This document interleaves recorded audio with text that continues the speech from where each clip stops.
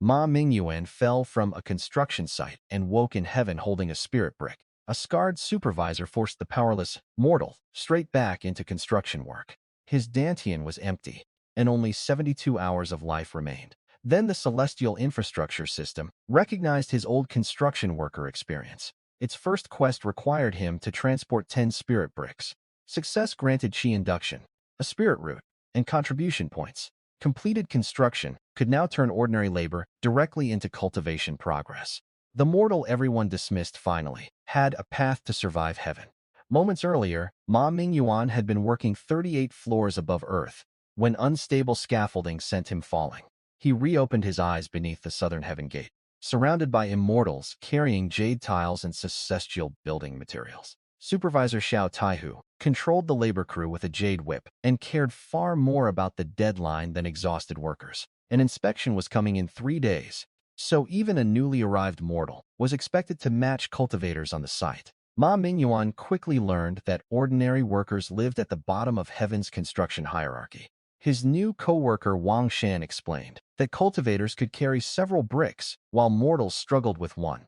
Even the cheapest chi induction manual cost roughly 100 days of wages for someone earning a single spirit brick daily. Xiao Taihu made the situation worse by taking most of a recruit's early wages as an entry fee. Ma Mingyuan had spent 6 years on construction sites before dying, so the celestial job felt brutally familiar. That earthly experience became useful when a spirit brick proved too heavy for brute force. He changed his stance, lifted with his legs, and discovered that technique mattered even when his body had no cultivation. Each delivery still shredded his stamina, leaving his hands blistered and his vision darkening, the symptom displaying his shrinking lifespan, turning a simple hauling job into an immediate survival test. Halfway through, Ma Mingyuan stopped treating the bricks like dead weight and inspected how their grooves aligned. He realized they could be tilted and slid along, matching ridges, instead of being lifted completely. That construction trick cut the resistance sharply and let him finish the remaining deliveries before his body collapsed. The completed quest restored his condition as cultivation energy spread through muscles that had been failing minutes earlier. His damaged palms healed, his breathing stabilized, and the system recorded the full chi induction method directly into his mind. The awakened spirit root meant Ma Mingyuan was no longer trapped as a mortal with an empty dantian.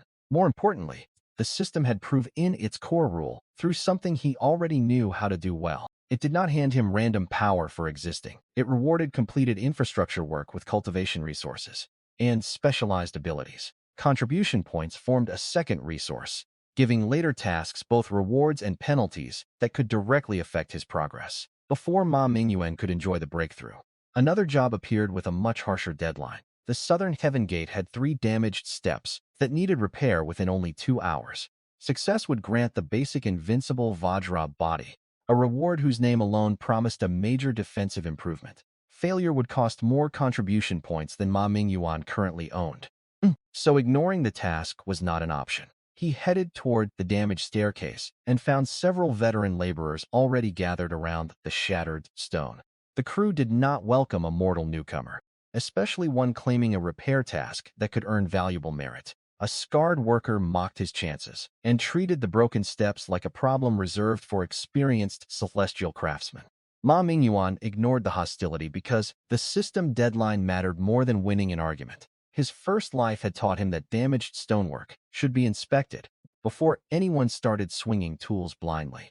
Instead of copying the others, he studied the cracks, load direction, surrounding joints, and how the broken material had shifted. The system had reacted to that professional inspection by revealing structural information ordinary workers could not see. That changed the repair from guesswork into a problem Ma Mingyuan could solve with familiar construction logic. He still lacked strength, tools, status, and allies, but those disadvantages no longer erased his one genuine advantage. Every celestial project contained measurements, materials, foundations, stress points, and workmanship that his old life had trained him to notice. If the system kept rewarding those skills, moving bricks was only the lowest rung of a much larger path. Ma Mingyuan crouched beside the shattered steps and began planning a repair that would prove the new advantage again. The veteran workers expected the mortal to embarrass himself before the deadline expired. Xiao Taihu expected another disposable laborer who could be bullied into obedience. Ma Mingyuan, instead, had a system watching the quality of every task he completed. His second construction quest began with the damaged Southern Heaven Gate directly in front of him. Repair 3 broken steps of the Southern Heaven Gate. But then Ma Mingyuan saw the fine print, and his smile died. This system was definitely playing him. As Ma Mingyuan rounded the corner toward the Southern Heaven Gate, Ma Mingyuan froze. 6 or 7 men in tattered work clothes stood around a shattered stone step, holding hammers and chisels. He took the task to repair the steps. The bald man sneered, tossing his hammer onto the dirt. Third Construction District has this area claimed. He thought anyone could take these tasks. Ma Mingyuan realized what was happening.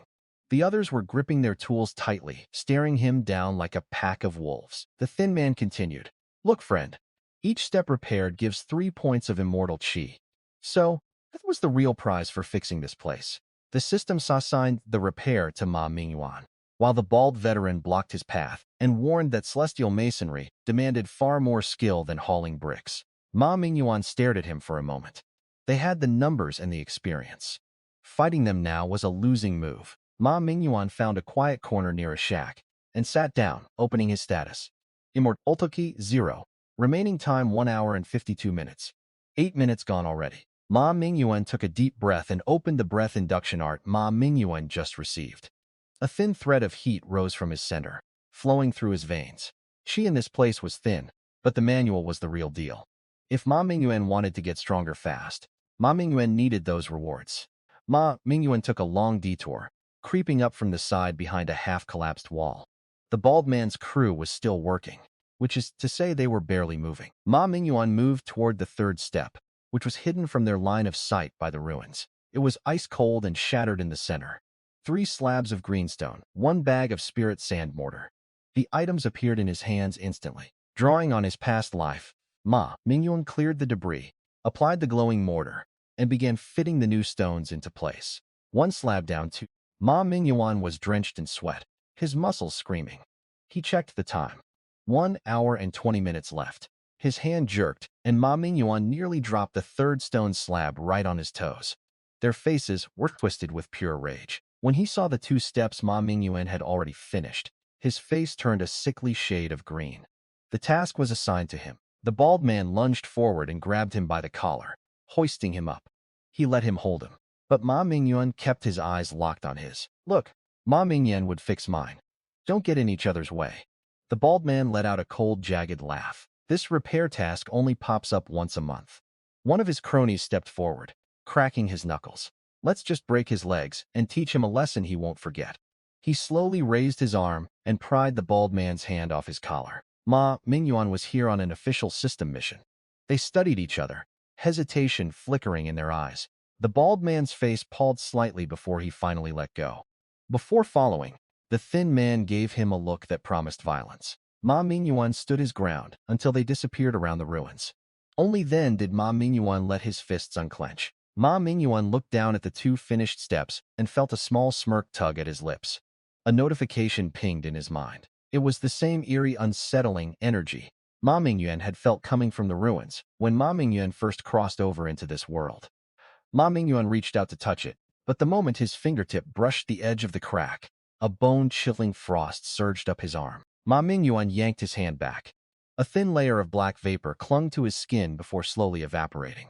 There was no update, no warning, nothing. The anomaly appeared either beyond the system's detection range or deliberately hidden from it. So Ma Mingyuan finished sealing the stone while remembering the unexplained gap. Ma Mingyuan stood up and brushed the dust off his pants, ready to check the merit shop when the air suddenly grew heavy. A golden cloud tore through the sky, radiating a light so bright it felt like his retinas were burning. The entire construction site went dead silent. The bald man was the fastest, slamming his forehead against the dirt. The thin man was trembling beside him. In his past life, Ma Mingyuan had bowed to clients, bosses, and bank managers. He did not think Ma Mingyuan had have to do it in the afterlife, too. Ma Mingyuan dropped to one knee, keeping his head low while peering through the crowd. She looked no older than 16 or 17, with features as delicate as a painting. But the celestial aura radiating from her was so intense that no one dared to look her in the eye. The bald man stepped forward, a pathetic fawning smile plastered on his face. Her eyes scanned the crowd and landed directly on him. Ma Mingyuan did not know how Ma Mingyuan had caught the attention of royalty, but this usually did not end well. She looked him up and down, then smiled. His heart hammered against his ribs. She took 2 steps closer, stopping just a few feet away. Ma Mingyuan was currently renovating the Jade Pool Villa, and Ma Mingyuan was short on reliable help. He felt a cold sweat on his neck. Ma Mingyuan was just following the rules. As she spoke, a notification exploded in his head. The system had never been this enthusiastic before. A purple rank task was leagues above the standard green or blue missions. Purple rank meant high rewards, but it also meant high lethality.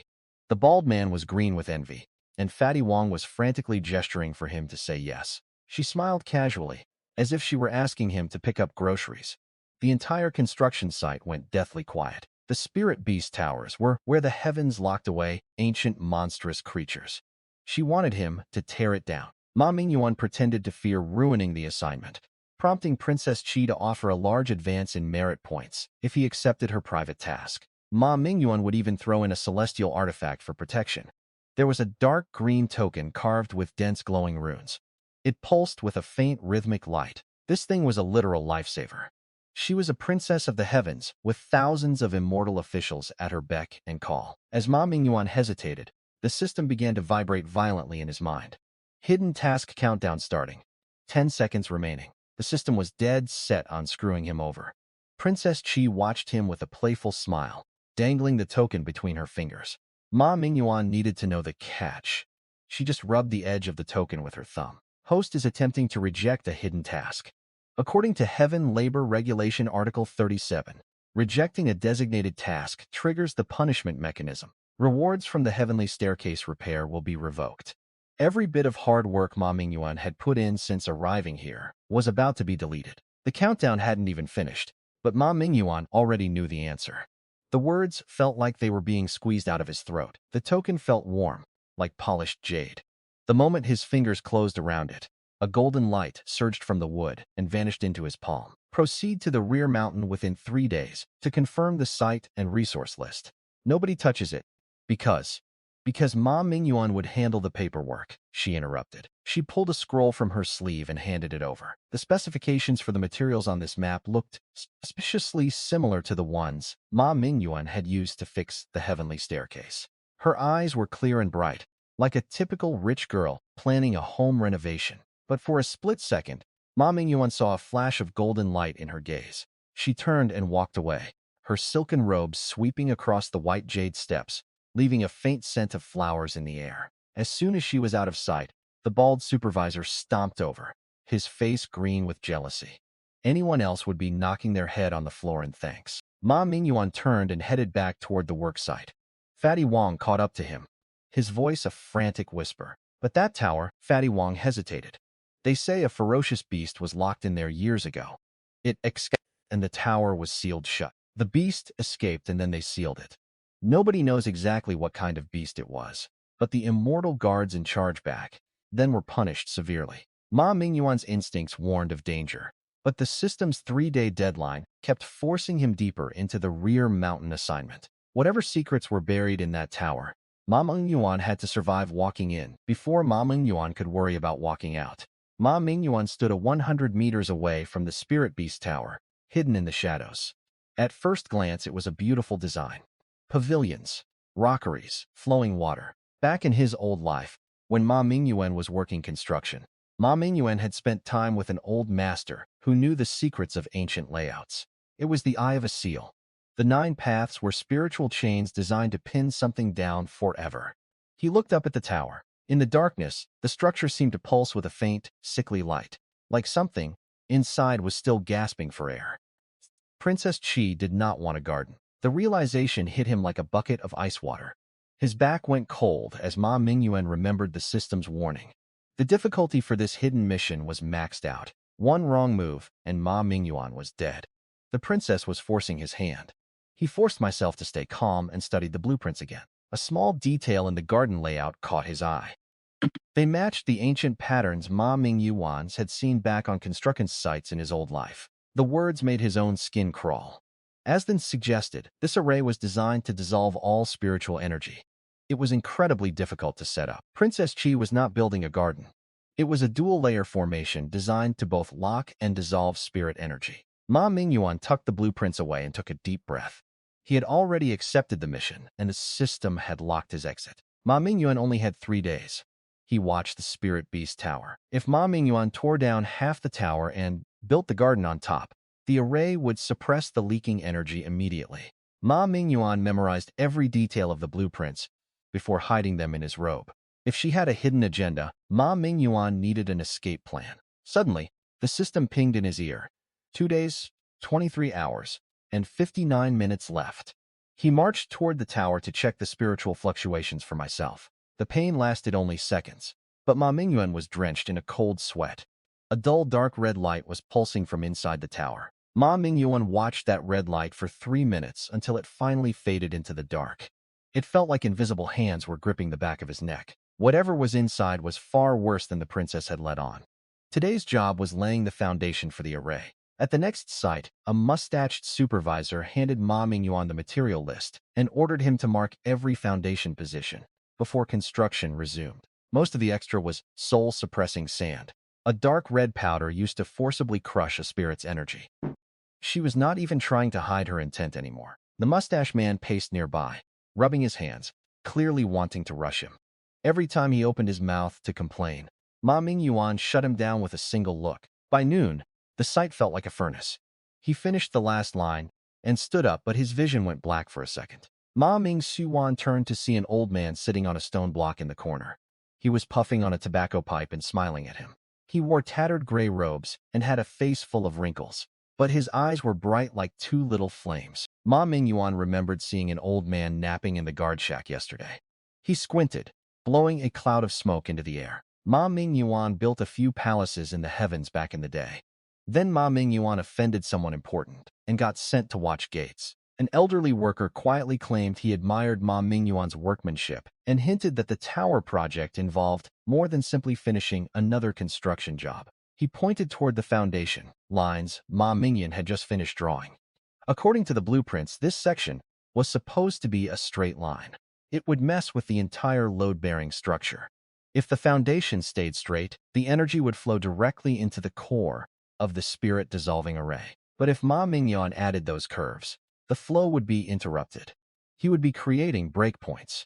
This was the key to breaking the array. Only a faint scent of tobacco, mixed with a strange floral fragrance, lingered in the air. It was not a standard heavenly realm root. Ma Mingyuan knelt down, reaching out to touch it. The moment his fingertip brushed the ash, the symbol dissolved into a wisp of blue smoke and vanished. To survive 500 years in the heavenly realm and move like a ghost on a guarded construction site meant he had a powerful force backing him. Superintendent Ma, the lines are done. He knelt back down and repositioned his tools according to the old man's advice. Ma Mingyuan thought these beams are misaligned. He needed to change them. He did not give him a choice. His hands moved fast, snapping 3 clean, sharp curves into the dirt. It was as if something deep inside the Spirit Beast Tower was reacting to the change. High above, at the very top of the tower, a slender figure stood by a window watching the sight. He wiped the sweat from his forehead. The tremor died down, but the eerie feeling remained. He looked back at the guard shack, but the old man had pulled his head back inside. His chest tightened, but Ma Mingyuan kept his face expressionless. The blueprints say the tower covers 4 acres and 3 points. Not wrong, just misaligned. Ma Mingyuan explained, pointing at the lines. The original lines were off by 2 degrees to the east. There's empty space in the garden anyway. He stared at him for a long time, then suddenly smiled. The foundation must be poured within 3 days. Ma Mingyuan looked down at the new path of the foundation. By shifting the lines, Ma Mingyuan had enclosed the southeast corner of the garden. An old locust tree stood there, its thick branches casting heavy shadows. He walked over to the tree and knelt, brushing away the loose soil near the roots. Soon, Ma Mingyuan uncovered a shallow pit the size of a wash basin. He found a slab of green stone, polished smooth by human hands. Suddenly, red light flashed across his vision. Location under the tree at the southeast corner of the foundation. Structure matches ancient heavenly realm. Array characteristics. Ma Mingyuan stood up abruptly, ready to report this to Princess Chi. If the princess wanted this tower built, she had to know about this hollow space. If she knew and did not tell anyone, she wanted it kept secret. He had just be silenced, and the hole would be sealed forever. After secretly inspecting the roots, Ma Mingyuan restored the disturbed soil and told a passing worker he was only checking whether the tree threatened the foundation. Just dig an extra 30 centimeters around here to clear the roots. The worker nodded and went to grab his team. Ma Mingyuan casually proposed clearing the dense roots after the foundation pour, but the other man's unnaturally calm reaction left him deeply suspicious. Ma Mingyuan crept out of bed, grabbing a small trowel and a lantern. Under the moonlight, the locust tree looked like a giant reaching claw. Ma Mingyuan tried to pry it open with the tell, but it wouldn't budge. He jammed a metal spike into the edge and threw his weight into it. Ma Mingyuan threw every ounce of strength Ma Mingyuan had into the lever until the stone slab finally groaned and slid back, revealing a narrow crack. The light flickered against a hollow chamber, about 2 meters deep and maybe 3 meters wide. It was lined with neat gray bricks and had a perfectly smooth floor. It slid open with a light push. Inside, Ma Mingyuan found a roll of bamboo slips and a jade tablet the size of his palm. On the back, several Assassination weather text were etched into the stone. The envoy by imperial decree rebuilt the tower. This first foundation stone serves as the heart of the array. This spirit beast tower was not just a building. Suddenly, footsteps thudded directly above his head. Ma Mingyuan shoved the bamboo slips and the jade tablet into his robe, scrambled out of the hole and slammed the slab back into place. The mustache leader was standing there in the moonlight, holding a windproof lantern. He had a strange half-a-smile on his face that did not reach his eyes. The soil here is soft, and Ma Mingyuan was worried about the foundation. Master Ma is certainly dedicated, but what's so interesting under an old locust tree? Ma Mingyuan had filled the hole in a hurry, and the ground looked disturbed. The soil layer here is noticeably looser than the rest. He pinched a bit of dirt, sniffed it, and rubbed it between his fingers. The gesture made a chill run down his spine. The man's gaze lingered on the old tree roots, with the recognition of someone who already knew what lay beneath them, deepening Ma Mingyuan's suspicion.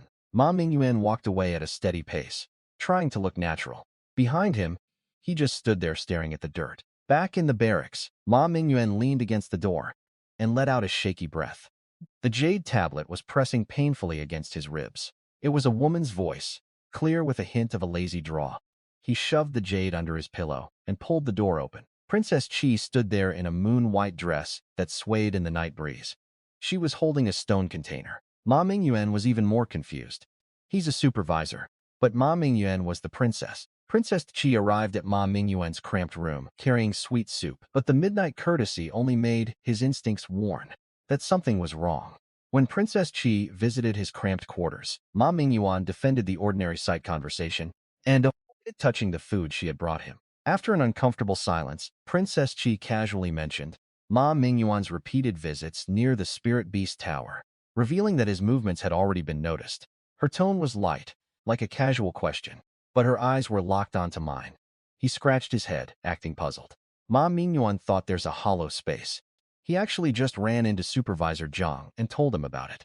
She kept smiling, but Ma Mingyuan saw it. It was the look of someone who had just heard a stranger whisper their darkest secret. She set the cup down and walked to the door. She paused, looking back over her shoulder. A cold shiver raced down his back.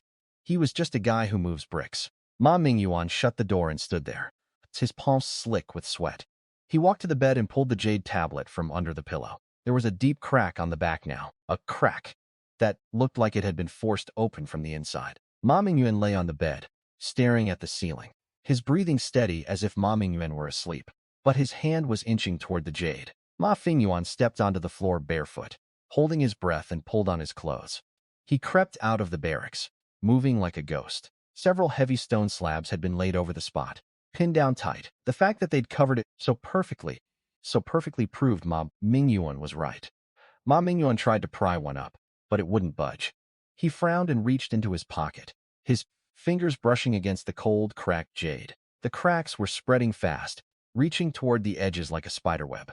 He hesitated for a few seconds, his heart hammering against his ribs. A dark fissure opened in the ground, and a blast of freezing air rushed out, making his scalp tingle with cold. Ma Mingyuan thought Ma Mingyuan had stumbled onto a storage pit or a secret room, but this was a massive underground maze. A red warning flashed in his vision. Current area suppressed by ancient seals. Ma Mingyuan squeezed through the gap and dropped down. His feet hit the ground with a wet splash like Ma Mingyuan had stepped into a puddle. The stone walls on both sides were covered in dense, glowing runes. They gave off a faint, sickly green light, flickering like ghost fires. The moment his finger brushed a rune, a bone-chilling cold shot up his arm and straight to his chest. Instead, there was a circular groove carved into the center. Below it, a line of small text was etched into the rock. Those who enter without permission shall have their souls extinguished. The object Princess Qi gave him perfectly matched the forbidden mechanism, meaning her supposed souvenir was actually a key to the underground labyrinth. Ma Mingyuan pressed the jade into the groove. Then a blinding white light erupted from the seam, turning the corridor as bright as day. The steps were made of white jade, glowing with a soft, warm light. The staircase was suspended in midair, with a bottomless void on either side. Inside the darkness, the system detected top-secret archive nodes containing ancient records about celestial power transitions and the mysterious drunken immortal path. Back when Ma Mingyuan was a common laborer, Ma Mingyuan used to hear old craftsmen brag about the heavenly court's deepest secrets being buried underground. Ma Mingyuan thought back to that half-dug hole under the locust tree. He took a deep breath and stepped onto the first jade stair. With every floor Ma Mingyuan passed, Ma Mingyuan saw more stone doors, each marked with different runes and numbers. 4-2. One of the doors was broken. The runes were shattered, radiating outward as if something had slammed into the door from the inside with incredible force. A wisp of black smoke drifted out, forming a distorted, screaming face in the air before vanishing. Floor -5 seal is damaged. There were 13 more floors to go. He hadn't even scratched the surface of the truth yet. But the system did not give warnings for no reason. Ma Mingyuan spun around, stayed low to the wall, and sprinted back up the stairs like a cat. The footsteps got louder, accompanied by a raspy, muttering voice. Ma Mingyuan pressed his back against the cold stone, holding his breath until his lungs burned. The footsteps were getting closer, each one thumping in time with his pulse. If he wanted to catch him, he wouldn't be muttering to himself. He sounded annoyed, like he was complaining about someone else's decision. The flickering lamps cast long, jagged shadows against the walls. Just as Ma Mingyuan reached the top, a dull boom echoed from below. Ma Mingyuan snatched the jade tablet from the groove and slipped out through the side gate of the academy. A faint trail of blue smoke rose from the lamp on the table. The bed was made perfectly, looking like it hadn't been slept in at all. Ma Mingyuan turned around and noticed a scrap of paper on the table, pinned down by a heavy iron hammer. The handwriting was messy and rushed. The wood creaked and groaned, revealing a hidden compartment. He opened it, and the handwriting inside was completely different, sharp, powerful, and elegant. Ma Mingyuan was the chief architect for the previous Jade Emperor, tasked with designing the heavenly courts, arrays, and secret chambers. The author was not sure what it was, only that he'd been ordered to bury it forever under a 9-fold array. He'd spent those centuries investigating and discovered a terrifying truth.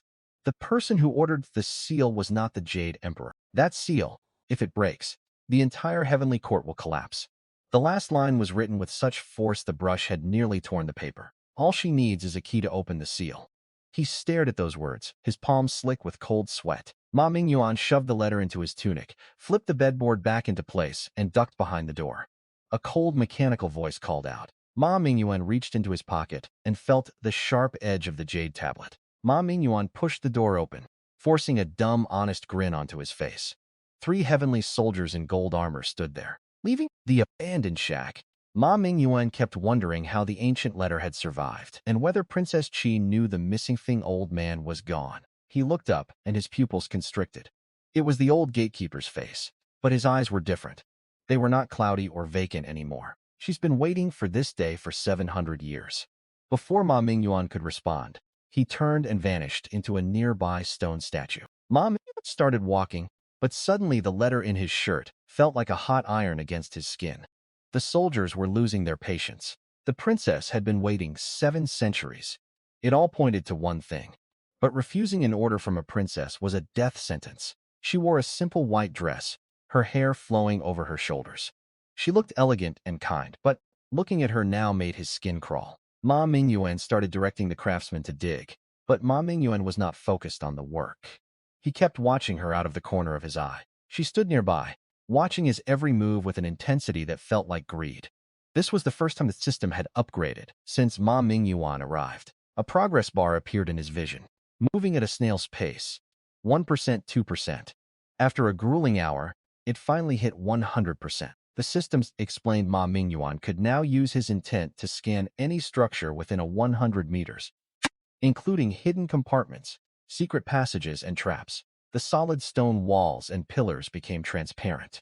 He saw golden lines of energy flowing through the structure like veins in a body. It was a hive of interconnected chambers and tunnels, stretching right to where Ma Mingyuan was standing, directly under the garden's foundation. Every single skull was pointed toward one spot, the center of the garden foundation, exactly where Ma Mingyuan was supposed to build the pavilion. Cold sweat soaked his shirt instantly. He snapped his eyes open. Princess Chi was staring at him, still smiling. As soon as she was out of sight, Ma Mingyuan pulled up the system panel. A new warning was flashing in bright red. Seal core is only 3 meters from host's current coordinates. The Guardian was dead, and the princess wanted him to build right on top of it. The machine core was only 3 meters away from him. He took a deep breath, forcing his racing heart to slow down. Princess Chi's intentions were crystal clear now, but a more urgent question burned in his mind. He quietly activated his building. There were things down there Ma Mingyuan did not even recognize, all sealed away in their own little stone boxes. At the very center sat a massive ceiling array. The central crystal was already half broken. The system voice echoed in his head. It felt like a physical weight pressing on his chest. When work wrapped up for the evening, Ma Mingyuan made an excuse to scout the next day's construction site. Instead, Ma Mingyuan wandered off alone through the celestial grounds. He was an old-timer in the court, always smiling, always acting like he did not have a care in the world. Inside his study, behind a massive bookshelf, there was a narrow secret passage leading to a basement. In the center sat a stone table with a single yellowed ancient book. Ma Mingyuan squinted, trying to read the pages, but the book was wrapped in a layer of forbidden paper. Even his system could not see through it. His next stop was the palace of Pagod, bearing Heavenly King Li Jing. He was the commander-in-chief of Heaven's armies, a man of absolute authority. They were covered in runes and linked by heavy iron chains forming a perfect circle. It was an ancient restriction, a powerful old-school seal. Ma Mingyuan hurried to his last target, the estate of the Star Lord of Literature. It was the most elegant place in heaven. But under his study, Ma Mingyuan found another secret room. It was empty of furniture, but the walls were covered in wall-to-wall text. They pulsed with an eerie red light, squirming on the stone like living insects. Almost every big player in the heavenly realm was hiding something. Secret rooms, hidden compartments, forbidden artifacts. He stood at the Lingyun ferry, watching the sky turn dark. On the surface, it was all graceful immortals and holy mist. Princess Chi wanted to blow up a palace. The Heavenly King had his secret seals, and the Star Lord had his crawling runes. Ma Mingyuan was just a mortal man who happened to be good at construction before the system dragged him here. Ma Mingyuan was caught right in the middle, and any one of them could crush him like an ant if they felt like it. Just as Ma Mingyuan turned to head back to the site, his system panel flashed with a new notification. Investigate the Spirit Palace Underground Mechanism Core. Princess Chi wanted him to build that pavilion, to break the seal and destroy the palace. Ma Mingyuan watched the Spirit Palace. Princess, she was waiting for him to start work. But now Ma Mingyuan had a card of his own to play. Behind him, in the depths of the Star Lord's study, the runes on the wall gave a faint, sickly flicker. 2 celestial maids stood on top, carrying jade trays piled with glowing treasures. He had known the princess for 3 days. Ma Mingyuan accepted the princess's sudden gifts politely, while the maid uncovered trays of treasures. Though the unexplained generosity immediately made him suspicious. There was a glowing green jade slip, a chunk of purple crystal the size of a fist, and a stalk of golden lingji mushroom that radiated pure energy. Ma Mingyuan kept his face neutral, but his heart sank. He forced a smile and thanked them, promising to do his best on the pavilion. Once they were gone, Ma Mingyuan ducked into a quiet corner and had the system scan the items. But then, the system screamed a piercing red warning in his mind. External energy fluctuation detected inside the golden lingji. The system began a deep scan. Inside that golden lingji, there was a parasitic tracking bone. Ma Mingyuan felt a chill run down his spine. This was not a reward for his hard work. Ma Mingyuan forced myself to stay calm, his mind racing through options. If Ma Mingyuan kept the bone on him, she'd know every move Ma Mingyuan made. Ma Mingyuan had to neutralize it without her knowing, then use it against her. He needed her to believe Ma Mingyuan was still under her thumb. This will clear the tracking bone while keeping the outer shell intact. The spiritual link will remain active, but it will transmit no actual data. His eyes lit up. The princess would see a connection, but she wouldn't hear a thing. He tucked the Lingji into his robe, then scanned the area with feigned caution. Ma Mingyuan would use this Lingji to boost his cultivation. That way no one will notice when Ma Mingyuan start tampering with the foundation of the pavilion tonight. Ma Mingyuan knew those words had just traveled straight to her ears. Sure enough, a second later, Ma Mingyuan felt a faint pulse of spiritual energy from the Lingji. It was the tracking bone receiving a command to stay active. By pretending to be monitored, Ma Mingyuan had the ultimate cover. Ma Mingyuan closed the book, stood up, and brushed the dust off his clothes. As Ma Mingyuan directed the crew, Ma Mingyuan plotted his next move. Ma Mingyuan needed to find the core of the tower's mechanism and reinforce it before the princess's real plan went into motion. A messenger summoned Ma Mingyuan to an urgent private meeting at Tai Jingxing's manor, confirming that several powerful factions were beginning to pull him simultaneously. Ma Mingyuan glanced at the Lingji in his pocket. At least the princess wouldn't know about this meeting. He stood there staring toward Tai Jingxing's distant manor. Objective: head to the manor and uncover his hidden secrets. Reward: unlock stage 2. Construction reinforcement, plus 200 spiritual energy. As dusk fell, Ma Mingyuan stepped out of his room, only to be stopped by a sudden flash of golden light descending from the sky. A heavenly soldier appeared, holding a golden scroll. By order of the Jade Emperor, Ma Mingyuan, stable hand of the imperial stables, stepped forward to receive the decree. Ma Mingyuan was to proceed immediately to the Peach Garden to repair the damaged formations. The work must be completed within 3 days. Ordinary immortals did not even dare to walk near it. It housed 600 peach trees, each one vital to the luck and energy of the entire heaven. The garden is usually guarded by the Queen Mother's attendants. The soldiers snapped, turning into a streak of light and vanishing. Repair the central formation of the 3rd tier and stop the energy leak. The system was the dinner party and the garden mission were crashing into each other. Before Ma Mingyuan could process the details, Ma Mingyuan heard hurried footsteps. Princess Qi appeared, dressed in light green work robes, looking frantic. The garden belongs to the Queen Mother. The Jade Emperor never interferes there. In the 3rd tier of the garden, there's an ancient peach tree. The ancient tree had not borne fruit for 3,000 years, and repeated investigations suggested something beneath its roots was steadily consuming surrounding spiritual energy. A tree that hadn't fruited in 3 millennia, with something eating the energy at its roots. She turned and vanished in a swirl of fragrance. He stayed where Ma Mingyuan was, a cold smile forming on his face. The secret of the peach garden was something even the emperor's favorite daughter was afraid of. He studied the golden scroll.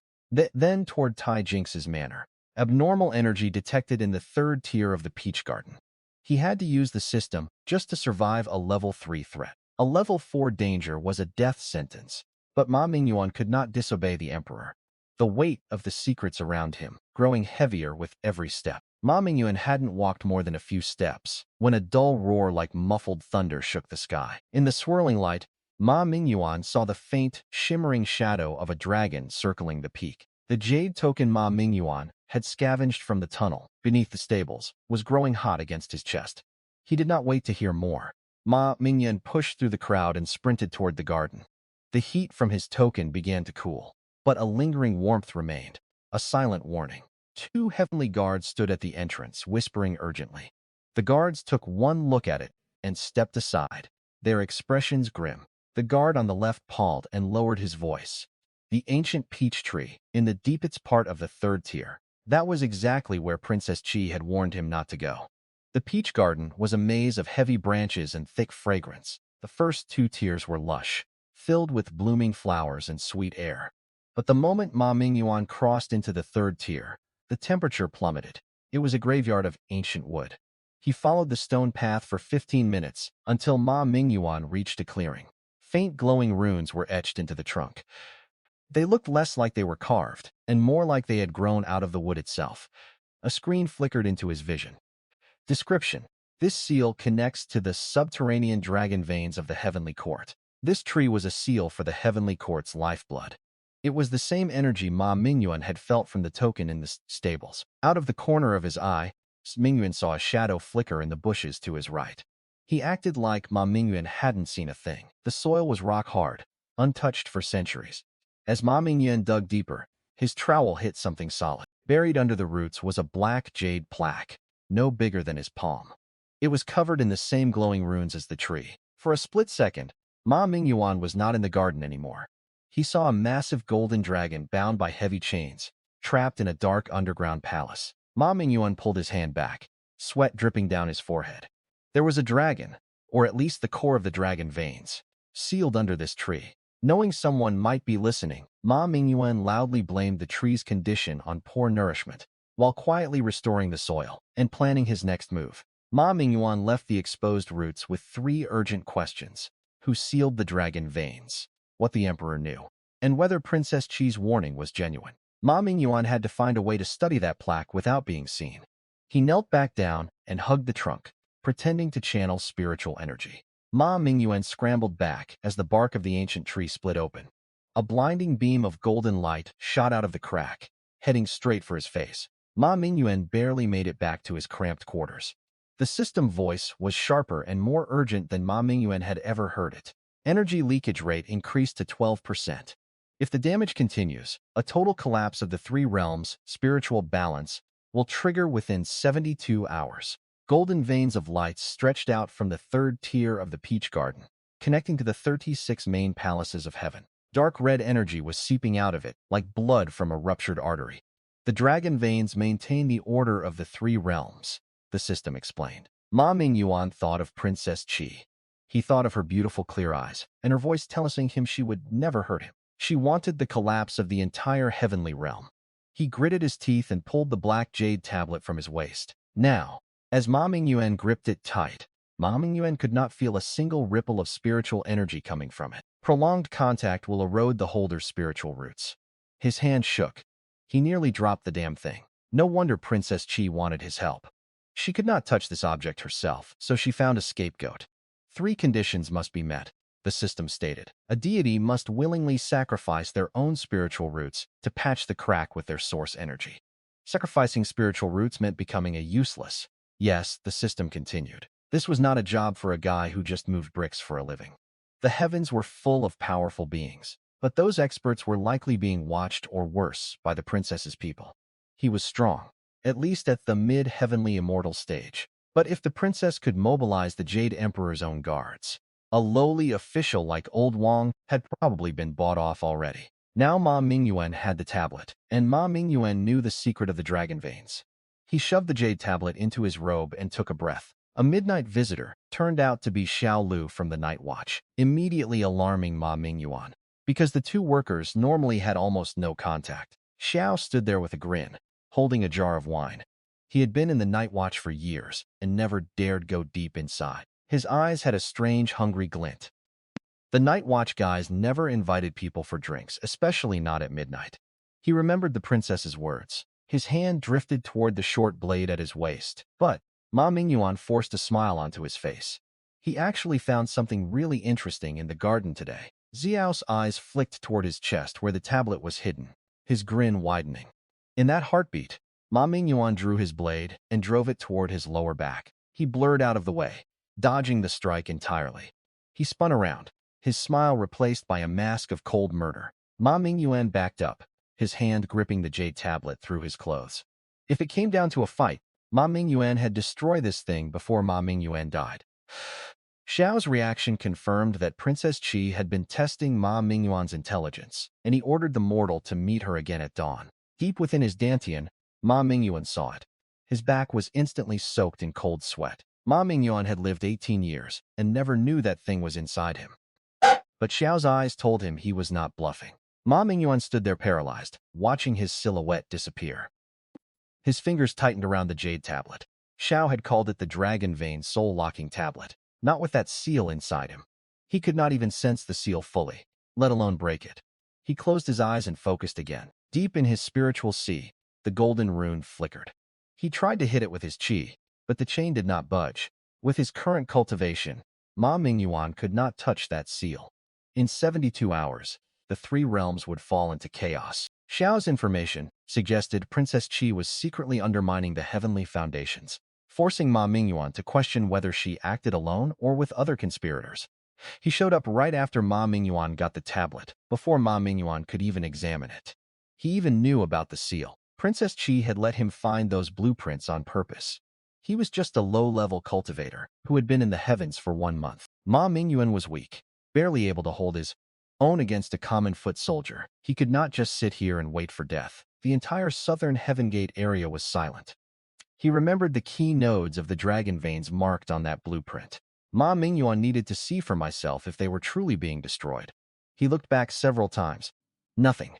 Just the empty cold stone. When Ma Mingyuan reached the treasury, Ma Ming circled to the back wall and vaulted through a window. He crept toward the scroll containing the dragon vein map. His right hand, already white-knuckled around the hilt of the short blade at his waist. An old man in a gray robe stepped out from a corner. His hair was stark white, and his face was a roadmap of deep wrinkles. But his eyes glowed like a wolf's in the dark. Ma Mingyuan was just the keeper of this treasury. He did remember seeing someone sitting in the corner during the day, but Ma Mingyuan hadn't paid him any mind. The old man walked closer, his gaze falling on the main line of the dragon veins on the map. Princess Qi wants to destroy the heavens. It's just, his voice dropped to a whisper. He looked up, a strange light flashing in his eyes. They want the heavens to collapse.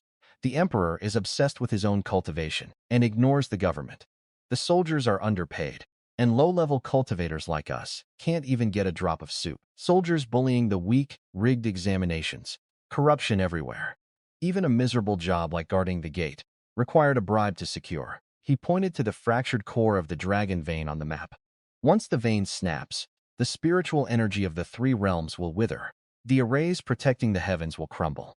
Even if the emperor comes out of seclusion, then it will be too late. The mysterious contact revealed Princess Qi's seal activated every 7 days, then offered Ma Mingyuan a black talisman capable of weakening the recurring spiritual torture. Xiao had told him to see the princess tomorrow, and now this old man was giving him a way out. They clearly were not on the same side. Ma Mingyuan did not have time to think. He tucked the talisman into his robe and dove out the back window. The old man's face flickered in the shadows one last time before vanishing. He now had 2 things hidden in his clothes: the dragon vein, soul-locking tablet, and an unidentified black talisman. But a single question haunted him more than the threat of death. Ma Mingyuan leaned against the door, gasping for air. The tablet was ice-cold, but the talisman was burning hot, like a piece of iron fresh from the forge. Ma Mingyuan lit a small oil lamp, and just as the flame flickered to life, a soft cough came from outside the door. He pushed the door open, stepped inside, and closed it behind him. He sat down under the dim light, his murky eyes fixed on him. Ma Mingyuan kept his hand on the hilt of his blade. An old bag of bones like him doesn't deserve that word. Instead of answering, he pulled a tattered cloth bundle from his robe. He unwrapped it carefully to reveal a small jade medallion. Ma Mingyuan leaned in to look, then shook his head. The man sitting on the throne today climbed there over the corpses of the old ones. Princess Qi is not the emperor's daughter. She is the last bloodline of the family that was slaughtered 30 years ago. Her birth details are carved on the back. When the old emperor was executed, Ma Mingyuan had just started his job at the treasury. Later, the current emperor adopted her, gave her the name Xiao, and made her the 7th princess. His fingers trembled as Ma Mingyuan picked up the medallion. Born at the hour of the rat, the 15th day of the 7th month. He did not speak, but the tension in his mind finally snapped. The old man claimed Princess Qi wanted to destroy the dragon veins as revenge for her slaughtered family, giving her sabotage a much deeper motive. When that happened, every immortal, every divine official, the Jade Emperor, and the Queen Mother would all be buried with him. When Ma Mingyuan demanded to know why Princess Qi selected him, the old man hesitated before revealing that the mortal functioned as a critical switch. According to ancient forbidden texts, that is the only constitution capable of resonating with the dragon veins. He pointed a gnarled finger at his chest. It felt like a thunderbolt had struck him. He thought back to every piece of bad luck Ma Mingyuan had endured. Since Ma Mingyuan was a child, Ma Mingyuan remembered the freak accidents, the disasters that followed him, an old six telling him his life was cursed. The old man explained that Xiao was merely an enforcer, and that Ma Mingyuan's soul-locking tablets secretly monitored him near the dragon vein core. Ma Mingyuan reached into his robe and touched the tablet. It felt colder than before, like a block of ice against his skin. It lasted so long, Ma Mingyuan thought he wouldn't answer.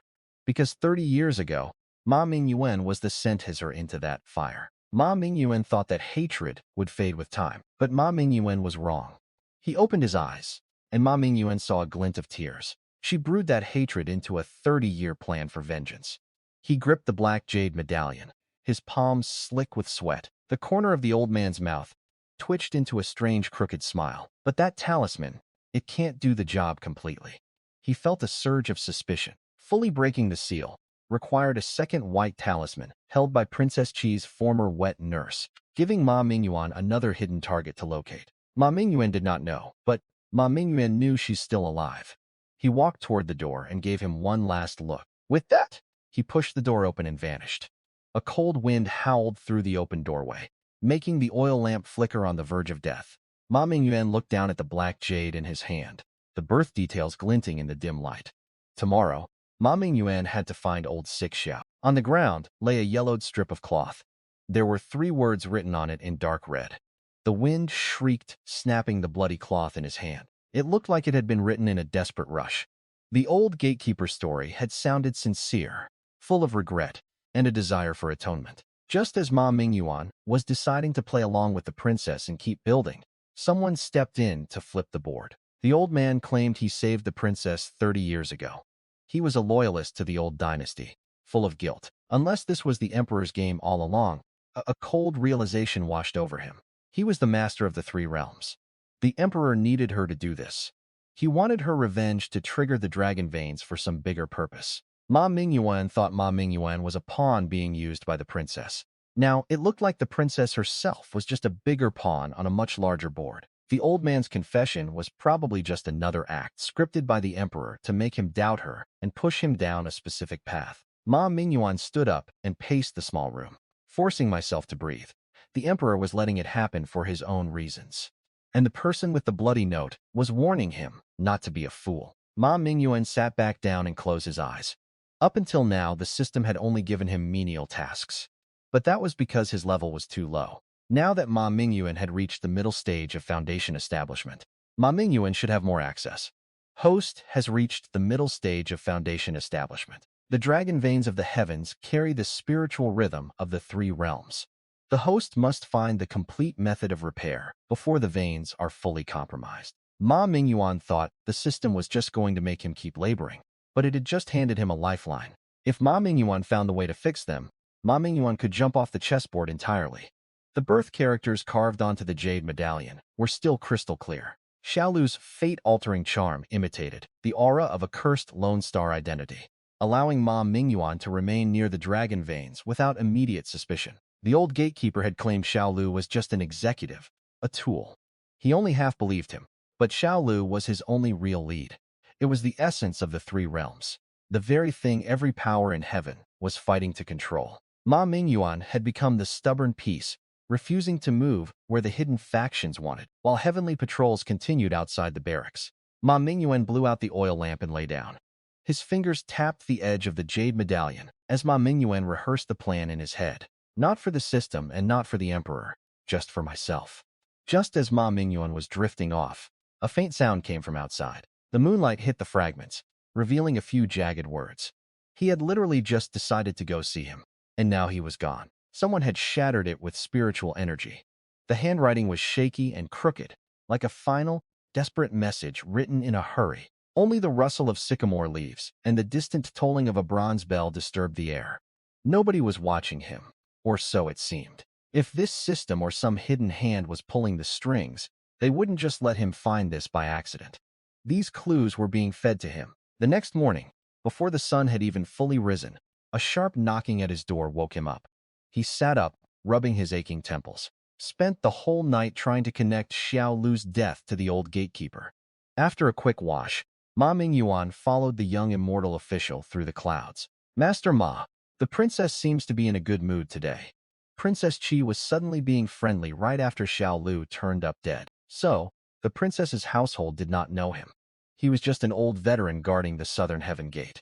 Nobody cared about a man like that. A roll of vermilion blueprints lay before her, held down by a white jade paperweight. She took a slow sip of tea, her eyes lingering on his face before she spoke. He wanted to build a secret chamber in the royal garden. She pushed the blueprints toward him and unrolled them. Red ink snaked across the white paper, forming a complex architectural map. His blood rushed to his head, but Ma Mingyuan kept his expression neutral. Beneath the surface structure, she had hidden a highly precise array core. The corridors were energy conduction tracks. She was building a siphon to tap directly into the world's lifeblood right under the emperor's nose.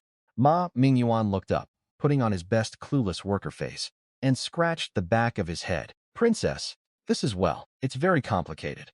He could not even tell where the front door is. She let out a soft laugh and pointed to the top left. But, Princess, building in the royal garden is tricky. The foundations have to be deep. He mentioned the emperor on purpose to see her reaction. The materials, Ma Mingyuan muttered, pointing to her notes. Most of this is in stock, but this black and soul iron. Ma Mingyuan would have to check the specialized workshops for that. Take it to the works department. She was handing it over because she was in a desperate hurry. She stood up and walked to the edge of the courtyard, looking out toward the misty royal garden. Ideally, within the next few days, Ma Mingyuan felt a chill. She wanted to do something with this array before the dragon veins were completely destroyed. As Ma Mingyuan turned to leave, something caught his eye. On a corner of the blueprints, hidden in a small alcove of the wall design, was a tiny symbol. In the ancient texts of array formation, that specific symbol was used to mark the position of a sacrifice. Princess Qi was not just building a chamber. Ma Mingyuan walked out of the side hall, clutching the blueprints. Sacrificing a person in a chamber connected to the dragon veins was not just a petty internal scheme. This was a direct attack on the foundations of the heavens. She bowed slightly and told him the princess had approved his material list. She handed the box over, saying the princess wanted him to have these immediately. He opened the box and his pupils shrunk. A single stone could be traded for an entire medium-sized spirit vein. The maid told him to use these for now and to ask if Ma Mingyuan needed more. Ma Mingyuan told her to thank the princess for him. Once Ma Mingyuan reached his temporary workshop and locked the door, Ma Mingyuan finally let out a long breath. The system suggested absorbing them to exchange for a hidden skill, the Earth and Vein Stealth Art. The skill would allow him to merge with the nearby energy of the Earth for 30 seconds, shielding him from all spiritual detection. His heart hammered against his ribs. If the princess really intended to sacrifice someone, Ma Mingyuan, the man in charge of construction, would be the prime suspect. Ma Mingyuan held 2 crystals in his palm and funneled his spiritual power into them. They glowed gold, and then the system chimed. It was a standard sacrificial formation. Once activated, the victim's spiritual power would be drained dry and injected directly into the dragon vein. Ma Mingyuan had to focus on finishing the job while building myself a back door.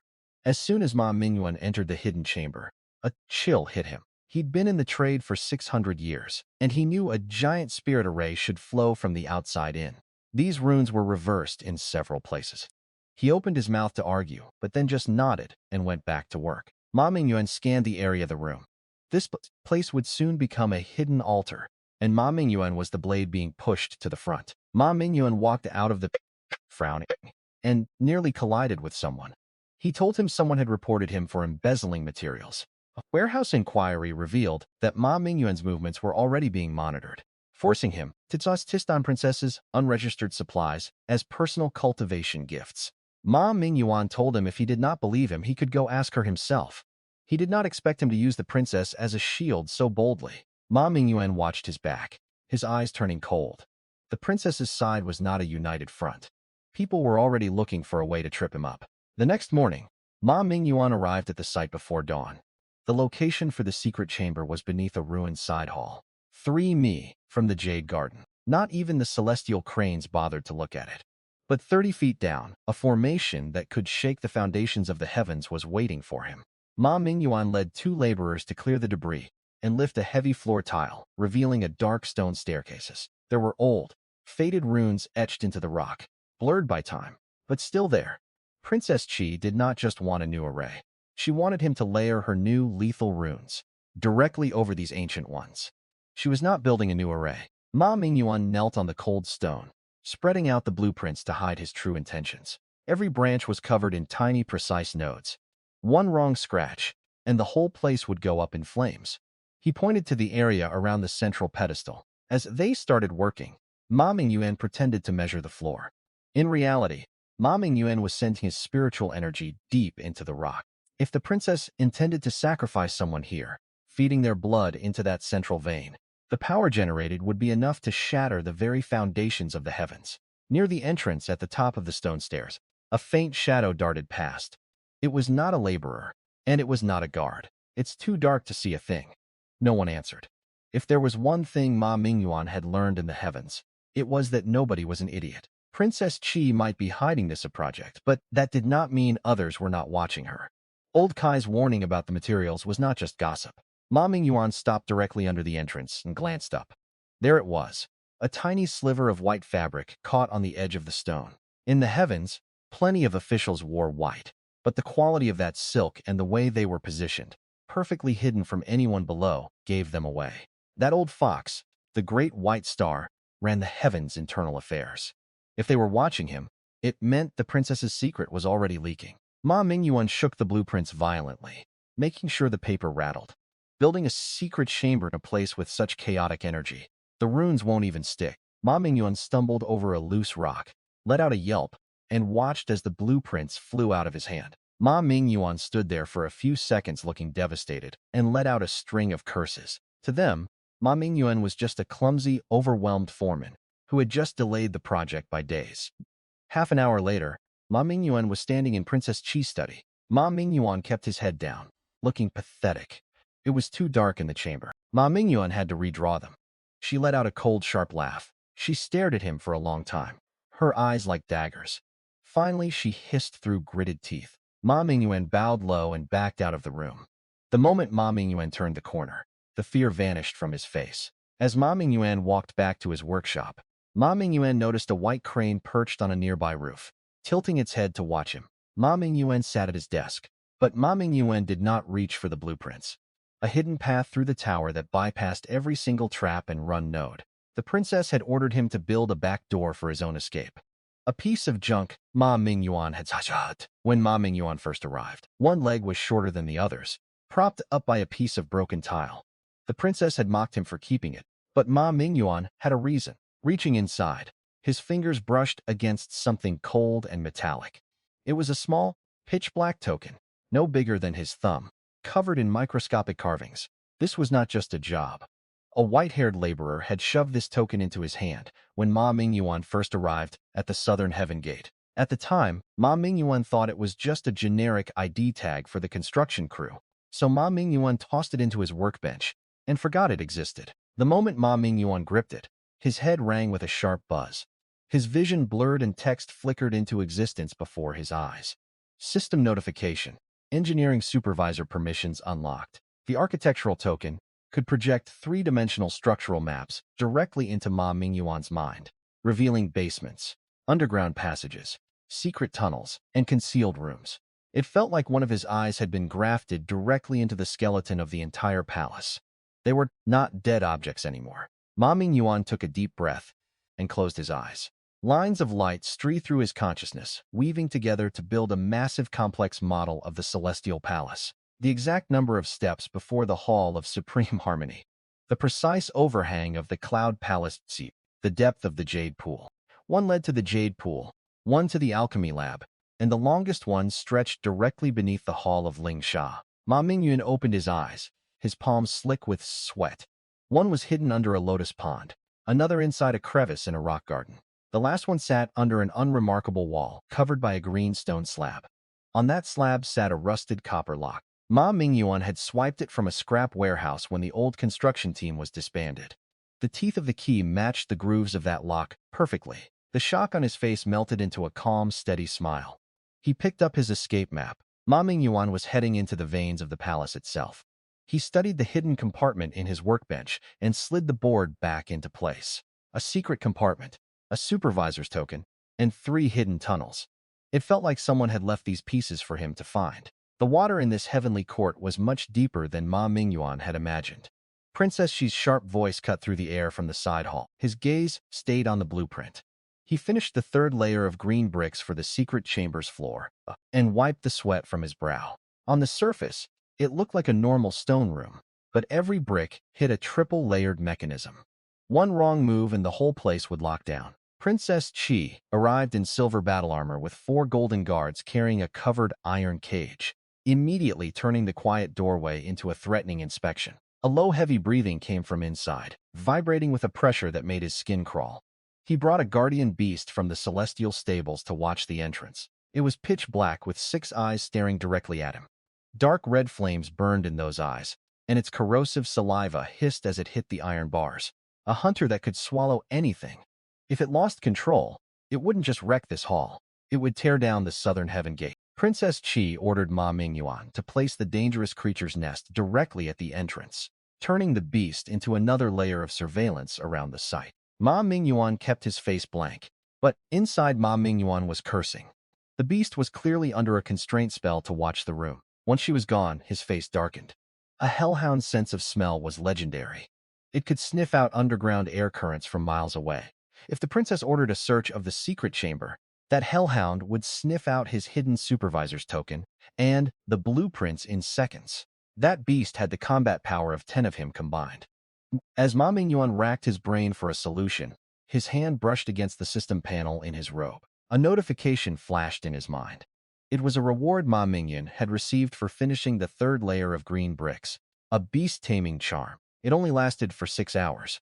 But if Ma Mingyuan timed it right, that was more than enough time to completely mask the entrance to his tunnel.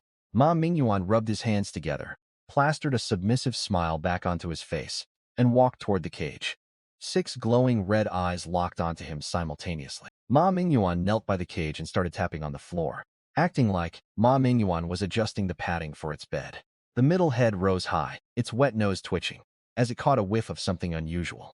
His heart hammered against his ribs, but Ma Mingyuan did not stop. As Ma Mingyuan turned to leave, Ma Mingyuan caught a glimpse of the beast through the corner of his eye. Ma Mingyuan hurried back to the inner chamber of the side hall and locked the door behind him.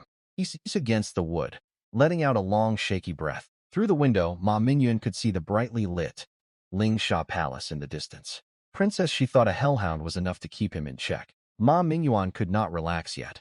Then there was the tunnel itself, the one leading straight to the Lingsha Palace. His fingers tapped rhythmically on the table. Just as Ma Mingyuan was weighing his options, a sharp click echoed from behind the bookshelf in the corner, the mechanical snap of a hidden latch resetting. Instead, Ma Mingyuan let out a fake yawn and stretched, glancing toward the hellhound in the outer room. It was pushed flush against the western wall, piled high with old bamboo slips and junk. It looked like any other mundane storage shelf in the Ministry of Works. Ma Mingyuan inspected the seams where the wood met the floor. There, at the base of the eastern support, Ma Mingyuan found a scratch so thin it was almost invisible. Ma Mingyuan did not try to open it. He still had time before dawn, and triggering an unknown mechanism now would be suicide. The construction site was buzzing with more people than yesterday. The heavens were expanding several Manhwa souls, and the Ministry of Works was desperately short-handed. Ma Mingyuan nodded, hoisted 2 heavy baskets of feed onto his shoulders, and headed west. The Jade Pool was a place of eternal mist and crystal-clear water, surrounded by rare celestial herbs. As Ma Mingyuan approached the outer corridor, Ma Mingyuan heard hushed voices. A maid in a pale yellow dress was crouching by the water's edge, tossing translucent lotus seeds into the pool as if feeding fish. It actually opened its mouth and spoke. The date was set long ago. The princess is getting married on the 8th of next month. Ma Mingyuan knew the rumors, but the princess hasn't told any of us who the groom is. A royal wedding, and there's not a single word about the man. The goldfish rolled its eyes, or as close as a fish can get to it. He overheard her talking to Tai Jing-sing the other day. Something about that person not even being at the golden immortal realm yet. She's worried he won't be able to hold his own on the wedding day. A wedding for the 7th princess and the groom was not even a golden immortal. He was not qualified to marry a celestial princess. Ma Mingyuan had to remember this system. Princess Chi wedding is approaching, but the groom's identity is a mystery. The penalty threatened to bury Ma Mingyuan in contribution point debt, making failure financially dangerous even before considering the mission's physical risks. The system was going to get him killed. The difficulty was rated C, and the system suggested Ma Mingyuan gather gossip, watch Princess Chi, or find secret passages. The maid finished her gossip with the goldfish and walked away. He waited until her footsteps completely vanished before stepping out from behind the pillar. Ma Mingyuan stared at the goldfish in the pond.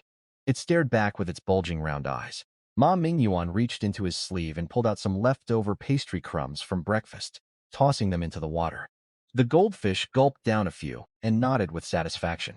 Ma Mingyuan haven't heard a single name. The goldfish gave him a sidelong glance. The princess has been good to him. Ma Mingyuan just want to know what kind of man the future prince consort is. The goldfish went silent for a few seconds, then lowered its voice.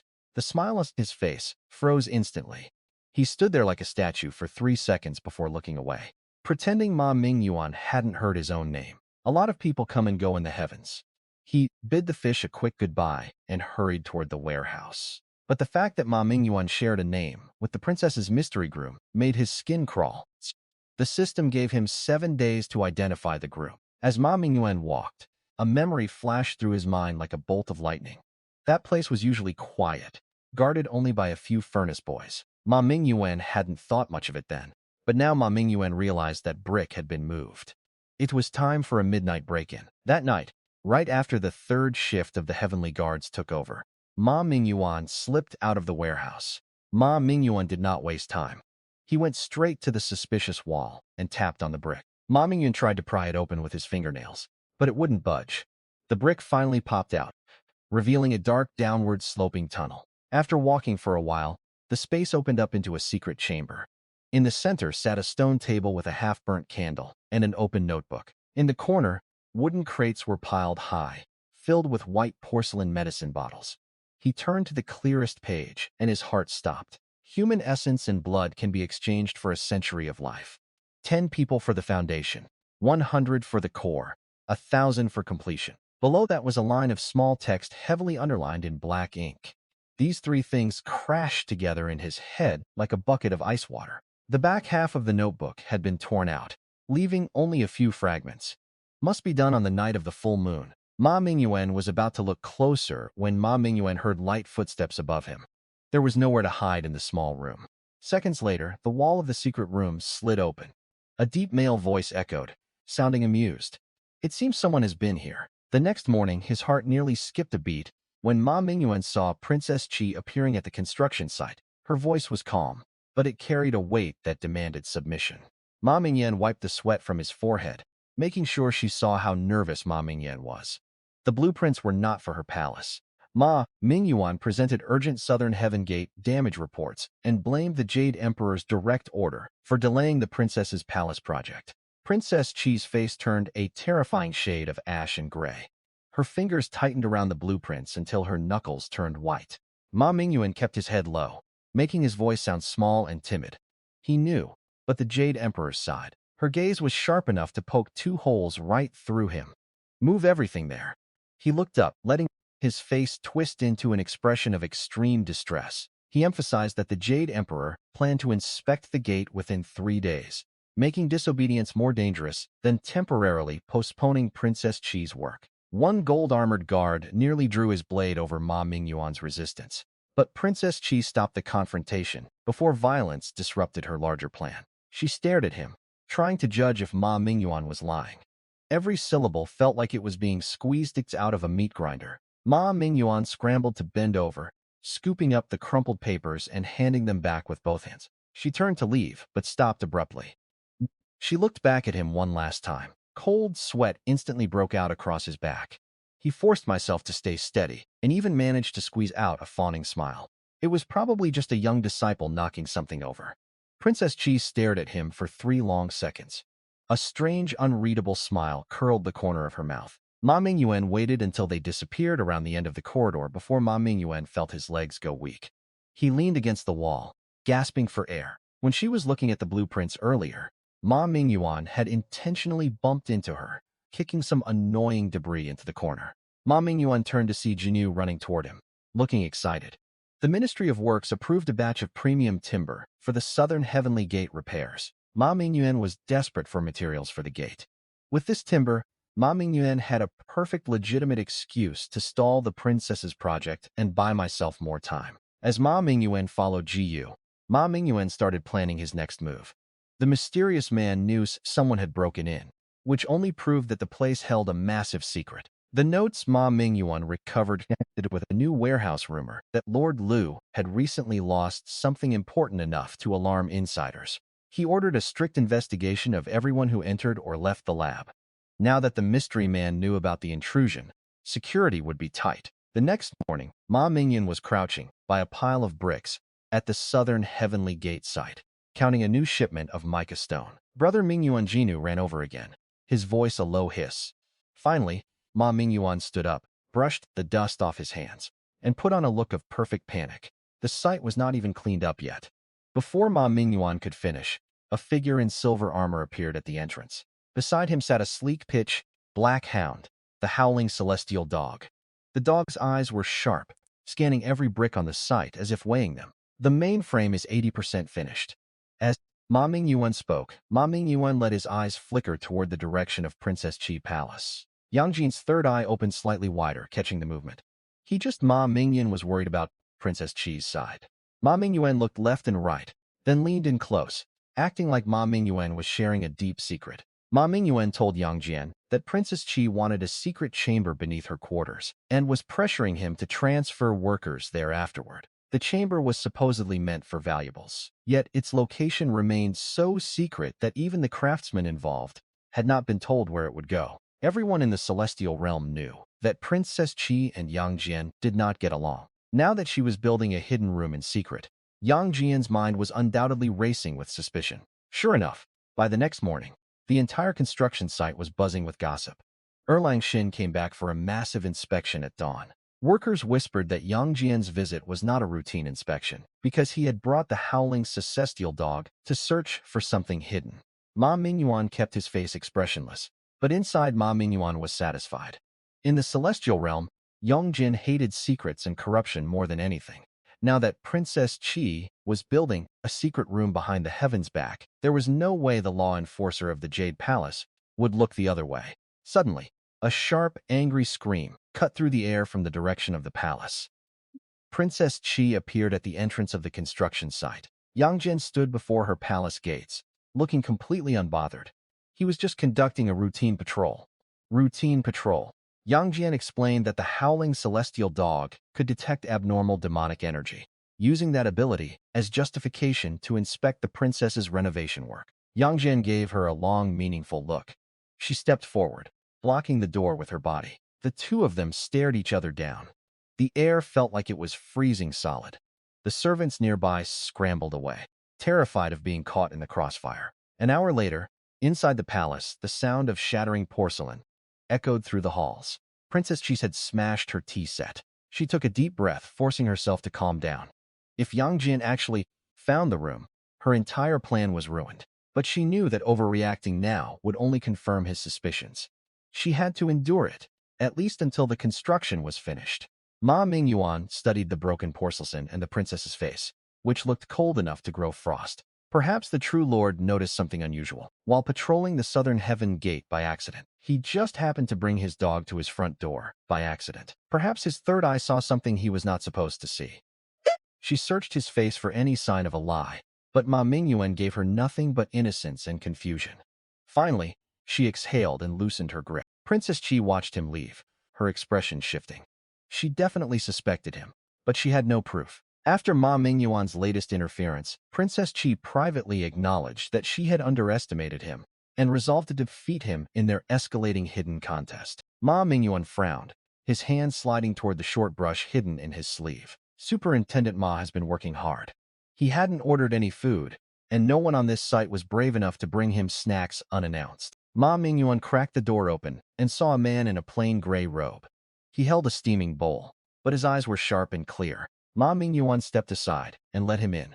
He moved with a grace that did not match a manual laborer. He reached into his sleeve and pulled out a black medallion, handing it to him with both hands. Only 4 words were written on it in sharp, heavy strokes.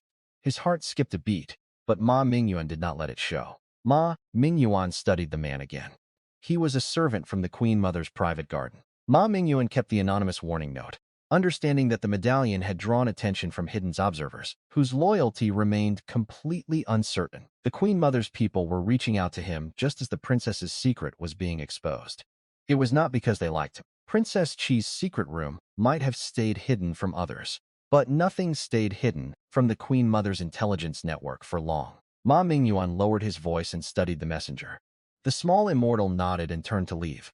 Princess Chi's secret room has already reached the 3rd level. Princess Chi was not just building a basement. She had managed to pull in people from one of the highest powers in the heavens. This meant she either had a massive secret deal with them, or whatever she was hiding was terrifyingly important. He pushed the door open and vanished into the night. Ma Mingyuan held it up to the candlelight and noticed a tiny hair-thin crack in the phoenix's eye.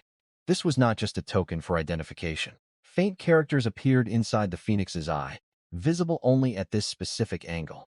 Tomorrow at the hour of the monkey, East Gallery of the Jade Pool. Between Princess Chi and the Queen Mother, Ma Mingyuan was standing on the edge of a cliff. The messenger's warning echoed in his head. But as the shadows lengthened, Ma Mingyuan realized Princess Chi was not the only one Ma Mingyuan had to fear. Ma Mingyuan tightened up inside, but Ma Mingyuan kept his face calm. She turned and led him to the princess's living quarters. No flashy gold, just celadone vases with white plum blossoms and scrolls of bamboo books. Princess Chi sat on a soft couch by the window holding a book.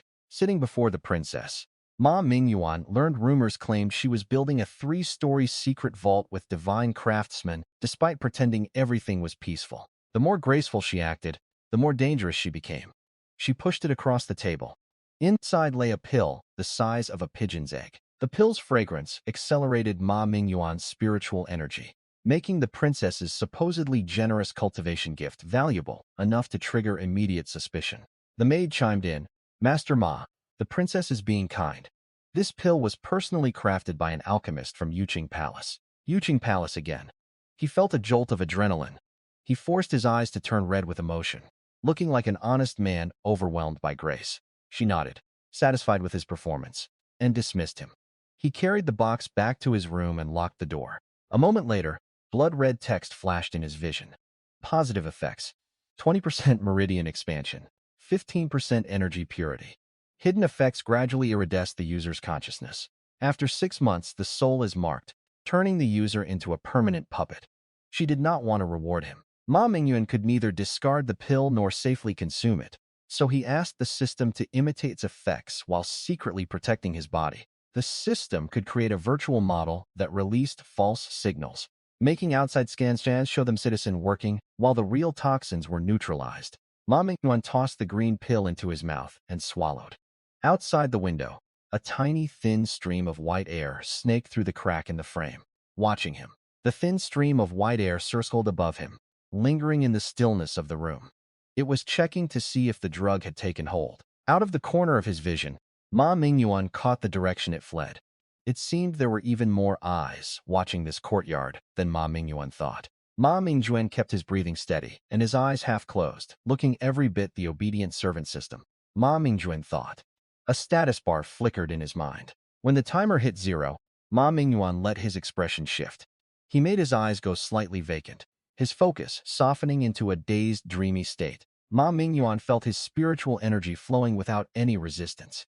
Princess Chi sat across from him in a carved wooden chair, sipping tea. The bun pill is crafted in the Yuqing Palace's private alchemy labs. She set her teacup down and studied his face intensely. Ma Mingyuan shook his head slowly, letting a look of desperate longing creep into his eyes. He felt very much at peace. The words were nauseatingly cheesy, but they were exactly what she wanted to hear.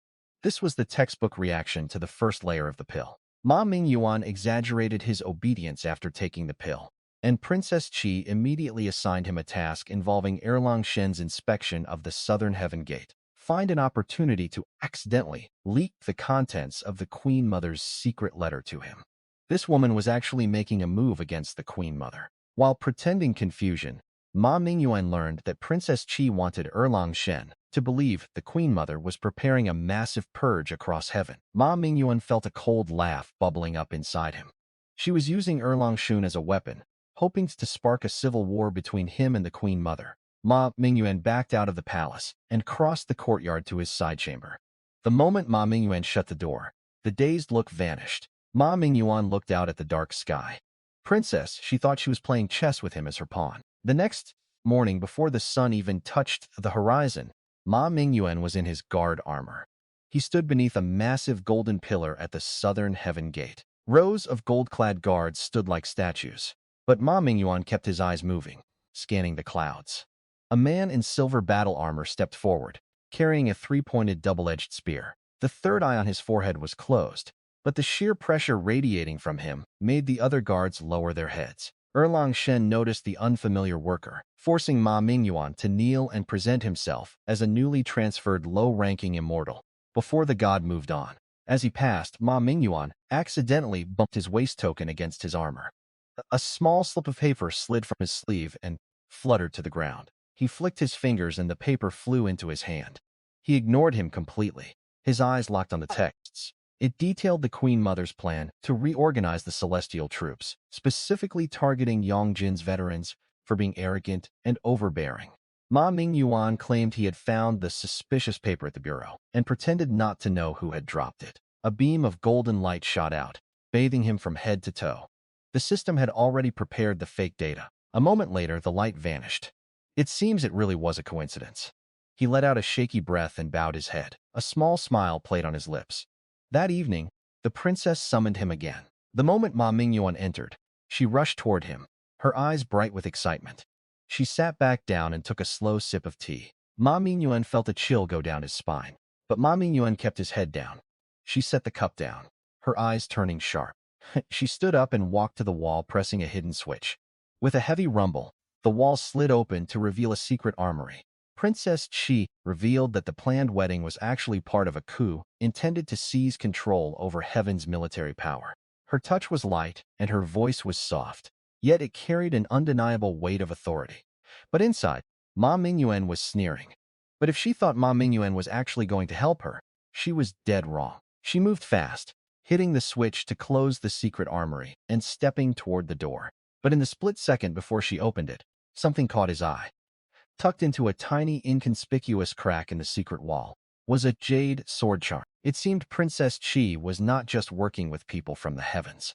Once the fifth princess left, Ma Mingyuan slipped out of the secret room. His eyes darted toward the wall, where the jade charm was hidden. The first thing Ma Mingyuan did when Ma Mingyuan got back to the underground chamber was seal that wall crack completely. Ma Mingyuan frowned and tossed the charm into his system storage. He needed to focus on the task at hand. For him, this was not hard. His cultivation level was suppressed to Qi refining stage. But thanks to the system, his physical strength had already broken through to the mid-stage of foundation establishment. Host has completed the Heaven's Secret Chamber construction task. Phase 1 rewards are being issued. 1 Heavenly Palace Enlightenment Skill Book. 5. 0 experience points. 300 merit points. Immortal Array Analysis, Trap Identification, and basic 5-element escape techniques. Every rune, every energy vein, and every node was laid bare before his eyes, as if they were transparent. Ma Mingyuan flipped through the pages, scanning every detail with his newly acquired array knowledge. The hidden nodes connected in his mind to form a terrifying picture, and it was not a standard version. Once activated, this entire chamber would become a giant powder keg, releasing enough force to level a mountain. Even worse, the direction of the blast was aimed straight at the foundations of the Lingsha Palace.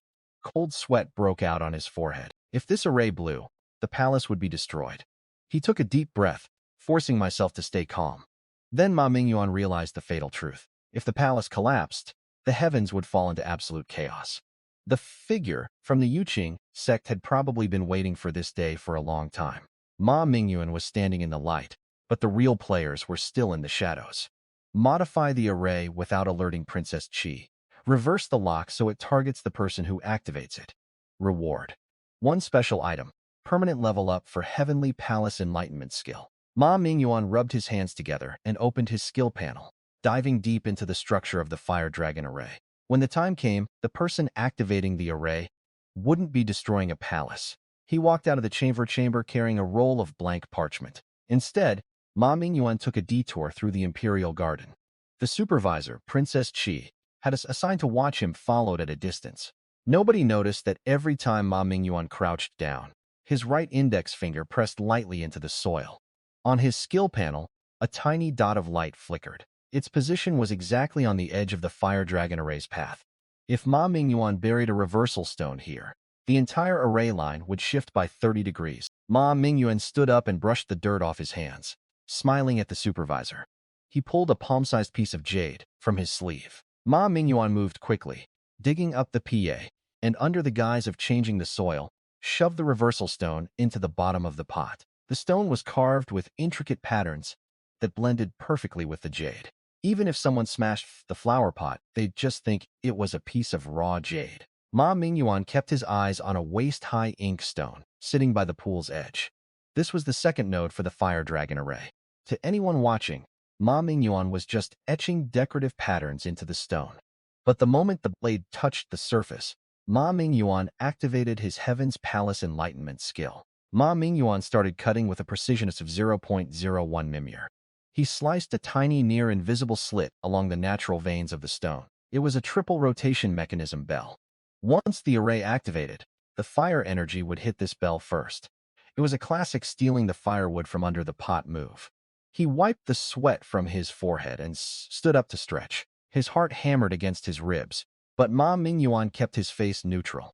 He bent back over, pretending to inspect the stone. Ma Mingyuan used Princess Chi's demand for a flawless garden as cover to inspect stones and crevices without making his detailed search pit suspicious. She stared at him for a few long seconds, her gaze drifting down to the stone. He actually stepped aside to give her a better view. She knelt down and ran her hand over the surface of the stone. His palms were soaking wet with sweat, but Ma Mingyuan did not stop her. Ma Mingyuan watched her go until her purple shadow was completely gone. He studied his hand, the one that had been holding the carving knife. Ma Mingyuan hurried toward the alchemy lab. This was the core of the heavenly realm, usually guarded like a fortress. But Ma Mingyuan got lucky. Using the princess's orders as cover, Ma Mingyuan entered the alchemy laboratory to redesign its fire veins and gain legitimate access to another sensitive location. Once inside, Ma Mingyuan found a quiet corner and crouched down. He used his knife to pry up 3 tiles near the wall. They were perfect for disrupting energy flow. When the fire dragon array's energy passed through here, it would be blocked for exactly 3 seconds. It would make moss grow instantly, hiding any sign that the floor had been tampered with. Ma Mingyuan walked out of the lab and took a deep breath, looking up at the towering palaces of the heavenly realm. 3 nodes, 3 hidden traps, plus the reversal mechanism in the secret room. Now Ma Mingyuan just had to wait for the prey to walk in. They were wearing a black cloak that hid most of their face. But Ma Mingyuan recognized the silhouette instantly. One of the pure sect people. Before Ma Mingyuan could process what that look meant, a golden-armored heavenly soldier appeared in front of him. The voice was quiet but carried the weight of the heavens. The laborers nearby dropped to their knees in terror. But when Ma Mingyuan stepped into the Hall of Divine Mist, Ma Mingyuan found the Jade Emperor sitting alone behind his desk, reading a bamboo scroll. He looked up, his tone casual, like he was talking to a servant. He had spent 20 years laying bricks and tiles in the heavenly realm. There's an abandoned palace in the southeast corner of the Tishu Palace. Before Ma Mingyuan could even ask which palace, an official handed him a token and a map. The Jade Emperor gave Ma Mingyuan 3 days to judge whether the repair was possible, but the project map pointed directly toward Lingsha Palace. Rumor had it she'd broken a heavenly law and been banished to the mortal realm. And that consort, she was the Jade Emperor's first wife. The palace was not huge, just a few halls and a courtyard with a dead locust tree. It hadn't been touched in 2 millennia. But Ma Mingyuan did not care about the building. He ran straight into the main hall and stared at the bookshelf in the corner. Ma Mingyuan was just checking the structural integrity. Ma Mingyuan muttered to myself, even though Ma Mingyuan was alone. He moved faster, his fingers flying over the scrolls. Then his hand hit a bundle of yellowed silk at the very bottom. A faint spark of spiritual energy zapped his fingertip. It spoke of a consort Su, who had secretly consorted with the mortal realm and hidden a demon emperor. But because she had given birth to a heavenly daughter, she was spared from death and instead cast into the cycle of reincarnation. Princess Chi's mother was the very woman who had been banished from this palace. He gripped the silk tightly, his palms slick with sweat. Ma Mingyuan rolled up the secret scroll and shoved it into his tunic. Well, if it was not Ma Mingyuan the bricklayer, it was the middle-aged scholar from the Ministry of Pure Stillness. He wore white robes and fiddled with a folding fan. His heart hammered against his ribs, but Ma Mingyuan kept his face like stone.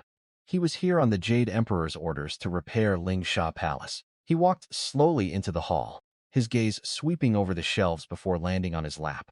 He leaned down and snatched a scroll from the pile next to him. Ma Mingyuan could not make heads or tails of it anyway. It's all written in ancient celestial script. His expression flickered for a split second before the smile returned. In heaven, there are some things that are better left unknown. Ma Mingyuan concealed his alarm, respectfully ended the audience, and kept walking until the palace was far enough behind him to think safely. His back was soaked in cold sweat. He hurried back to a secluded corner of the construction site and pulled the hidden scroll from his chest. Her daughter, born of a demon consort, should have been punished too, but the Jade Emperor showed mercy and kept her in heaven as a princess. The demon consort referred to the woman the Jade Emperor married after Su was banished. That meant Princess Chi was actually the daughter of the original consort Su. 2 years later, Su's reincarnated soul became a concubine in a mortal palace. He ordered the Thunder Ministry to carry out a heavenly execution. When Lu Shuer was 1810, 0 bolts of divine lightning descended upon the mortal palace. She walked into the final bolt willingly. She was pregnant, and she wanted the child in her womb to live. When the lightning hit, Lu Shuer was vaporized. He used his supreme power to catch the lingering fragment of the child's soul and brought it to heaven. He understood it all now, why she refused to ascend further, even though she had the power. She was planning a revolution against the very system that had turned her mother to ash. Ma Mingyuan used to think she was just a spoiled brat throwing a tantrum. But inside that smiling, cheerful girl was a volcano waiting to erupt. This secret was heavy. Heavy enough to get him killed if the Jade Emperor found out. But it also made everything clear. Ma Mingyuan watched Princess Chi Palace in the distance. A girl burdened by a sea of blood and hatred lived there. Suddenly, the transmission talisman in his pocket glowed. Princess Chi's voice came through, sharp and anxious. He reached her palace out of breath. It was written in the Jade Emperor's own hand. Her wedding date had been set. Only 3 months away. 3 months. Princess Chi explained that the Qinghua Emperor was accelerating the wedding and sending Tai Jingxing to supervise, leaving her only 3 months to counter the pressure. Ma Mingyuan knew her secret, but Ma Mingyuan had no plan. She was silent for a moment, a flash of pure hatred crossing her eyes. If the Jade Emperor got his hands on that, no one, not even Princess Chi, would ever be able to stop him. The object under discussion was the Kong Tong Seal, an ancient divine artifact whose complete form could suppress fate and challenge heaven itself. Princess Chi explained that the Kong Tong Seal had shattered into 4 pieces and that the 2 largest fragments were already controlled by powerful factions. The other is held by his father, the Jade Emperor. His head spun. The Jade Emperor was selling his own daughter. In exchange for the Qinghua Emperor handing over his fragment, he'd get Princess Chi as his prize. Princess Chi studied him, her eyes burning with a fierce intensity. Ma Mingyuan had been sent by the new groom to deliver wedding gifts. Princess Chi and Ma Mingyuan locked eyes for a split second before instantly moving apart. Ma Mingyuan retreated to a corner, grabbing a tool and pretending to be a common repairman. She smoothed her expression, instantly shifting back into her usual bubbly persona. The Qinghua Emperor sent a golden feather robe, 10,000-year-old immortality peaches, and 3 jars of 9 heaven jade to demonstrate his supposed sincerity. A messenger added that the Qinghua Emperor wanted a private meeting with Princess Chi before the wedding, giving her a chance to study her future opponent. Tai Jingxi's words sounded like he was playing matchmaker, but Ma Mingyuan knew better. This was a trap to bind her to the Qinghua Emperor early. Once they met officially, the Jade Emperor would have no reason to back out. As soon as the doors clicked shut, the princess's smile vanished. Princess Chi chose to attend the dangerous meeting because understanding the Qinghua Emperor personally could reveal weaknesses she could exploit later. Ma Mingyuan would just act like a brainless, innocent princess. When he's at his most arrogant, that's when he'll show a weakness. Ma Mingyuan inferred that Princess Chi needed Grand Supreme Elder Taishang Laojin because fighting both a Jade Emperor and Qinghua Emperor alone was impossible. The Grand Supreme Elder agreed to help him, but he warned him that he will only protect himself. On the wedding day, Princess Chi was to swap the Kong seal fragment with a fake and then frame Erlang Shun for the theft. The elder planned to provide a replica artifact, but Ma Mingyuan understood that replacing a heavily sealed divine fragment beneath 2 supreme powers would be extremely dangerous. That person was him, a mortal worker at the 10th level of key refinement who hadn't even reached foundation establishment. The plan required Ma Mingyuan to conduct a heist beneath the attention of two supreme gods, with success threatening heaven and failure, meaning complete destruction. Ma Mingyuan took a deep breath, ready to answer, when a sudden surge of energy hit the air outside. A celestial official appeared at the door, his voice booming. Had word already spread about his encounter with the scholar at Lingsha Palace? He nodded and followed the official out of the hall. Tai Jingxing, Erlang Shen, the Qinghua Emperor, the Jade Emperor, and Ma Mingyuan, a mere mortal, was drowning in the deepest waters of the heavens. The truth about the princess's birth was just the tip of the iceberg. These celestial secrets were darker than Ma Mingyuan ever imagined, and there was no turning back. He pointed to a cushion across from him. His heart was pounding against his ribs, but Ma Mingyuan forced myself to sit down. This man's smile was as warm as a spring breeze, but his eyes felt like they were stripping him naked, seeing through every secret Ma Mingyuan held. The only reason Ma Mingyuan had been reborn was because an old acquaintance in the Yamaha had pulled some strings. But even Princess Qi did not know that. Ma Mingyuan hid his knowledge of the underworld by claiming his passage after death was a blur, then allowed the conversation to shift toward a repair request. The Great Hall of Brightness is undergoing major renovations, and the other craftsmen are overwhelmed. He breathed a secret sigh of relief. It was far from the main palaces, surrounded by overgrown weeds. It looked like it hadn't been touched in centuries. In the center of the room stood a 10-foot-tall statue. Half of its face had crumbled away, revealing the raw clay beneath. Ma Mingyuan had just cleared away a piece of broken tile when Ma Mingyuan saw a shadow flicker behind a pillar outside. Standing, there was an old-toist priest wearing tattered, filthy robes. The old man stood at the bottom of the steps, his back hunched and his hair is snowy white. He looked like a stray down on his luck-robe cultivator. When he saw him, his face wrinkled into a warm, wide smile as he hurried forward. There was not a single crack in his performance. But as his gaze dropped to his feet, his pupils shrunk to pinpricks. He was wearing black cloth shoes, and the edges of the soles were caked in a thin layer of dark mud. Even immortal magic can't wash it clean. This old priest was not a traveler. He was just a rogue cultivator from Mount Kunan. Ma Mingyuan stumbled upon a bit of luck and got the chance to visit the heavens. His eyes lingered on the broken statue for a fraction of a second. This man was likely a judge from the underworld, disguised and scouting the celestial court. The fragments of the void seal, the three realms and chaos. Ma Mingyuan stepped aside, gesturing for him to enter. He happened to have a pot of tea ready. His eyes lit up, but he did not rush in. He stepped inside, appearing to look around casually, but his gaze snapped toward the back of the statue twice. There was definitely something hidden in this hall. Ma Mingyuan had to stall him and find a way to alert the princess. The celestial court has many forbidden zones. He took the tea, his mouth opening to speak, but a sudden rush of footsteps cut him off. Ma Mingyuan, Princess Qi's voice rang out. Ma Mingyuan stood between them, sensing a wave of pure hostility. The princess's hand was already white-knuckled on the hilt of her sword. Ma Mingyuan came here to discuss a major deal with the heavens. However, he turned his gaze toward him. This mortal has learned things he shouldn't. Before the sentence even finished, he flicked his finger. A streak of black energy shot straight from his face. He threw myself to the side. The princess's sword was out in a flash. A cold gleam of steel slashed toward Lu Choning's wrist. The priest pulled back, gliding 10 feet away like a ghost. His voice was raspy, and a faint green light flickered in his eyes. The underworld and the heavens have always minded their own business. The princess frowned, but her sword did not waver. His sleeves billowed as a thick black mist erupted from his body. Wherever the mist touched, the weeds withered, and the stone steps cracked. He backed against the wall, his mind working at 10 meters an hour. Suddenly, a system notification flashed in his vision. Warning: abnormal fluctuations detected at host residence. Someone was hitting his home base. Ma Mingyuan had a judge trying to silence him in front, and someone planting evidence behind his back. He was just a guy laying bricks. The princess hesitated, her eyes growing even colder. Lu Chongqing stopped talking and formed a hand seal. A black chain erupted from the void, rattling as it lunged from his throat.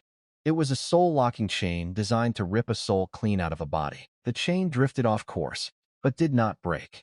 He waved his left hand, sending 3 bone needles flying toward his chest. The gray slush splattered across half of Lu Qing's face. He bolted for the door. He was going for reinforcements. Ma Mingyuan sprinted through corridors, vaulted over walls, and practically crawled the last few steps to a small courtyard. He slammed the gate shut, and the system pinged again. Soul-searing grass hidden under the bedpost. It eroded immortal energy and was strictly forbidden in the celestial court. Someone had planted it in his room to get him executed. Sure enough, tucked under the post was a stalk of withered black grass. Its leaves were veined with dark red, emitting a faint metallic stench. If the system hadn't warned him, Ma Mingyuan never would have looked. Once the princess finished her fight and came looking for him, she'd find this. Ma Mingyuan gripped his teeth, forcing myself to stay calm. He could not touch it, and Ma Mingyuan could not let it be found. Ma Mingyuan ran to the corner, shifted the tiles, and pulled out a small wooden box hidden beneath them.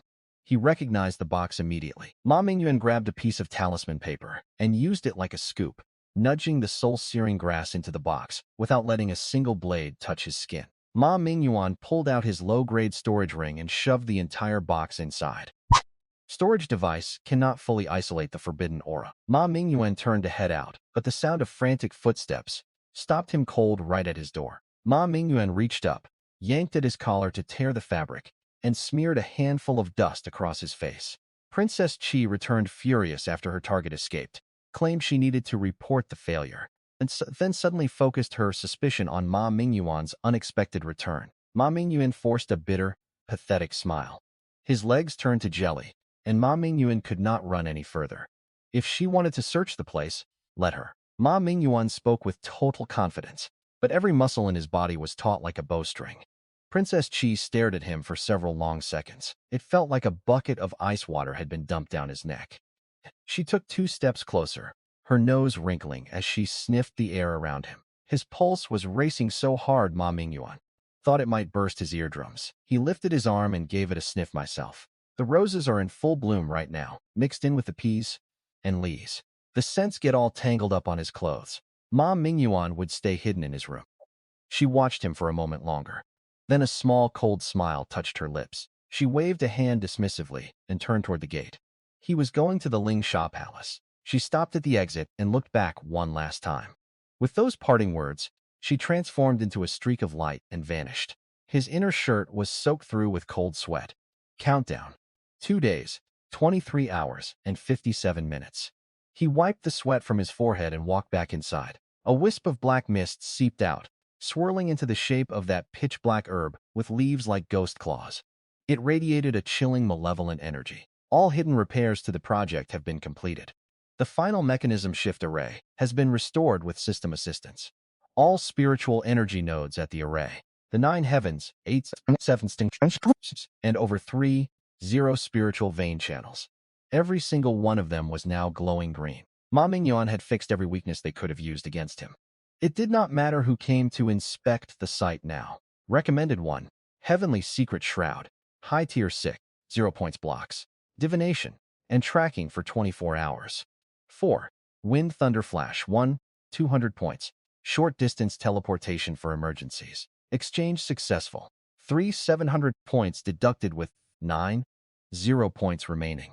He carefully tucked the Wind Thunder Flash into his inner pocket. Ma Mingyuan slapped the deception cloak onto the inner lining of his storage ring, feeling the aura of the soul-searing grass vanish instantly. But toward the Ling Sha Palace, Ma Mingyuan saw dark clouds gathering at the edge of the horizon.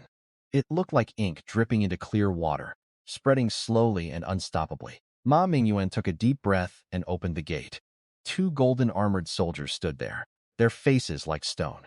One of them glared at him. Ma Mingyuan stepped out of the courtyard, leaving his only sanctuary behind. The storm was here, and the lead actor had just taken the stage. The steps to the Sling Sha Palace felt longer than Ma Mingyuan remembered. With every step, the surrounding guards threw sharp, piercing looks his way. The towering figure on the dragon throne remained silent for a long moment. The hall was so quiet, Ma Mingyuan could hear the flickering of the candles. It sounded like a casual question, but Ma Mingyuan knew it was a probe. Reporting to the Emperor, the repairs are nearly finished. It should be complete in about 3 days. 3 days. Tai Jingxing, standing to the left, stroked his long white beard. The Emperor did not seem interested in pushing the matter. Since progress is good, keep at it. The Lingsha Palace represents the dignity of the heavens. As Ma Mingyuan descended the stairs, Ma Mingyuan caught a glimpse of Princess Qi in a distant corridor. She nodded at him, her smile as gentle as ever, but this time Ma Mingyuan could see the blade hidden behind it. Ma Mingyuan just quickened his pace and headed straight back to the construction site. The heavenly soldier assigned to supervise him was leaning against a pillar, snoring away. Ma Mingyuan pulled a small flask of wine from his robe and tossed it to him. Have a drink to take the edge off. While Ma Mingyuan was fixing the structural flaws earlier, Ma Mingyuan had felt something off about the foundation of the Lingsha Palace. Tucked into a joint between the bricks in the southeast corner was a faint trace of spiritual energy. Only someone trained in array formations could catch it. Immediately, a system prompt flashed in his vision. It was a complete map of a hidden array, buried deep beneath the floor tiles. The lines were complex, weaving together, and pointing directly toward the Big Dipper's handle. It was a slux-stealing array. Someone was stealing the very essence of the heavens. He suppressed his shock and had the system record the entire structure. Princess Chi was standing right there. Her long skirt trailed on the ground, and she was watching him with a look that was not quite a smile. Ma Mingyuan was just checking if these floor tiles were loose. He had hate for the repairs to fall apart so soon. Ma Mingyuan just thought the color looked a bit darker here. She remained silent for a few seconds, then let out a soft laugh. Old Wu knelt and pressed his hand against the stone. He tightened his fist, ready to trigger his Wind Thunder's escape talisman at a second's notice. But the old man just felt the surface and stood back up. Princess Chi nodded, then turned her gaze back to him. She began to walk away, but stopped abruptly and looked back. Her eyes swept across the area. She sounded casual, but Ma Mingyuan caught the flicker of tension in her eyes. She wanted to know if Ma Mingyuan had found the array. Ma Mingyuan would not know a spiritual fluctuation if it hit him. A few days ago, Ma Mingyuan saw some huge rats scurrying across the beams in the emperor's chambers. Took him half the night to chase them off. Princess Chi actually laughed at that. She turned and left, a faint scent of perfume lingering in the air. But Ma Mingyuan noticed that after a few steps, she glanced back at the floor tiles one last time. There was a hidden flash of panic in her eyes. Ma Mingyuan did not know who planted that array, but Princess Chi and that old man were definitely in on it, stealing the luck of the heavens. He was about to start dismantling the remaining array runes when a blood-red light exploded across his vision. Princess Chi Yaoji's suggestion immediately cut all contact. Avoid involvement in causal chains exceeding current level. Repeat, stay away from Princess Yaoji. The system had never used this tone before. Asterisk Princess Chi's true identity is bound to the second eye of the luck-stealing array. Forced contact may result in karmic backlash and total annihilation. The more the system warned him, the more it proved Princess Chi was hiding something massive. If Ma Mingyuan did not dig up a secret this big, Ma Mingyuan had just be waiting to die anyway. Princess Chi was standing a short distance away. She had changed into a pale green celestial dress, her hair partially pinned up. The system warns him, and she shows up the very next day. Her eyes drifted to the rune fragments on the ground. Heavenly regulations require a base swap every 3 months to prevent rune aging. Princess Chi casually referenced Ma Mingyuan's flawless performance inside the palace the previous night, proving she somehow knew details he believed were hidden. Ma Mingyuan was just a simple craftsman. She tilted her head, her gaze suddenly turning razor-sharp. That was not part of the official blueprints. Ma Mingyuan had checked specifically for surveillance spells before Ma Mingyuan touched that rune. Unless Princess Chi herself was the array's core, she shouldn't have known Ma Mingyuan touched it. Ma Mingyuan kept a simple, honest smile on his face, acting like Ma Mingyuan did not understand her. He was just clearing out some old, worn-out foundation stones. Then her face broke into a smile that looked like melting snow. It was a beautifully designed architectural blueprint for a 7-story octagonal pavilion. It featured elegant flying eaves and intricate cloud patterns carved into every railing. That specific spot was the central hub of the cheese-stealing array. She wanted to build a pavilion directly on top of the anchor. Ma Mingyuan warned that the unstable foundation could compromise an entire supporting wall, but Princess Chi insisted construction begin immediately and left no room for refusal. Princess Chi leaned close and praised Ma Mingyuan's intelligence, using the intimate gesture to reinforce how little distance remained between surveillance and threat. Ma Mingyuan took a deep breath and looked up, forcing a helpless, bitter smile. She turned and walked away, her hem sweeping across the ground and leaving a faint scent of flowers in the air. Analyze the hidden information in this blueprint. However, hidden within the foundation is a rank 7 subanchor for a cheese-stealing array. Once built, it will link with the mother array to accelerate the extraction efficiency. She wanted to use his hands to permanently fix the array's core in place.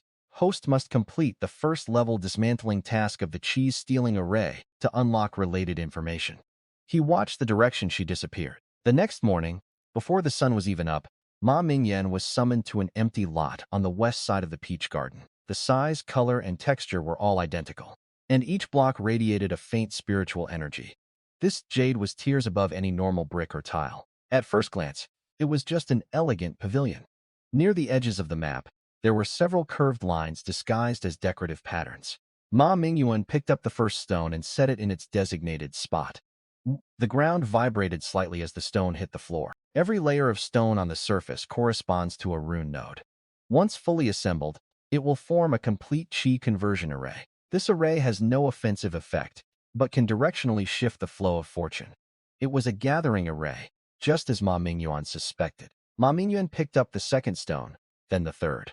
As Ma Mingyuan worked, Ma Mingyuan used the system to scan the back and bottom of every single block. Only a specialized spiritual sight could detect them.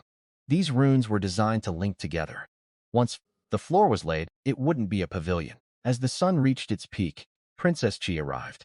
She had changed into a plain white dress with a tasseled waist holding a jade fan. Her voice was gentle, carrying just the right amount of concern. He guaranteed, "This will be better than anything those old teamers at the Ministry of Works could do." She walked to the edge of the foundation, her eyes scanning the layers of jade Ma Mingyuan had already laid. Her lips curled into a slight smile. Princess Chi emphasized the site's unusually dense spiritual energy, which Ma Mingyuan correctly understood as a warning not to interfere with the hidden flow beneath the pavilion. Ma Mingyuan did exactly what Ma Mingyuan was told. She withdrew her gaze and turned to leave. The moment her back was to him, his hand slipped. The sharp edge of the jade stone sliced right through his index finger. His blood splattered naturally across the broken stone and the unlaid ruins of the foundation. "It's nothing, just a scratch," Ma Mingyuan grunted, shaking his hand as if it hurt. More droplets of blood flew out, landing precisely on several rune nodes. Blood contact with rune sequence detected. The Tier 1 aura in the host's blood is causing a rejection reaction with the heavenly runes. The Chi conversion array requires 100% completion to activate current eroded nodes. Not unless the entire foundation was torn down and rebuilt from scratch. If Ma Mingyuan could just find a few more opportunities to accidentally spill his blood on key nodes, this array would never be fully activated. Yaoji's voice rang out right behind him. A chill ran down his spine. She was standing less than 3 steps away, her jade mountain ornament swaying gently. Her tone carried a hint of curiosity, but Ma Mingyuan could hear the sharp edge of suspicion hidden beneath it. Yaoji stared at him for 3 long seconds. Then slowly she let out a gentle, graceful smile. If they get damaged, Ma Mingyuan would not be able to explain it to her. She paused, her smile fading slightly, especially the pieces with the patterns on them. She definitely knew Ma Mingyuan had discovered the ruins, and she knew his accident was intentional. She just gave him one last deep, unreadable look before turning to leave. However, it is confirmed that the princess does not view the host as a target for immediate elimination. As long as the piece is useful, she will not discard it. Ma Mingyuan knelt and picked up the broken stone for a closer inspection. Just then, the system flashed a red warning.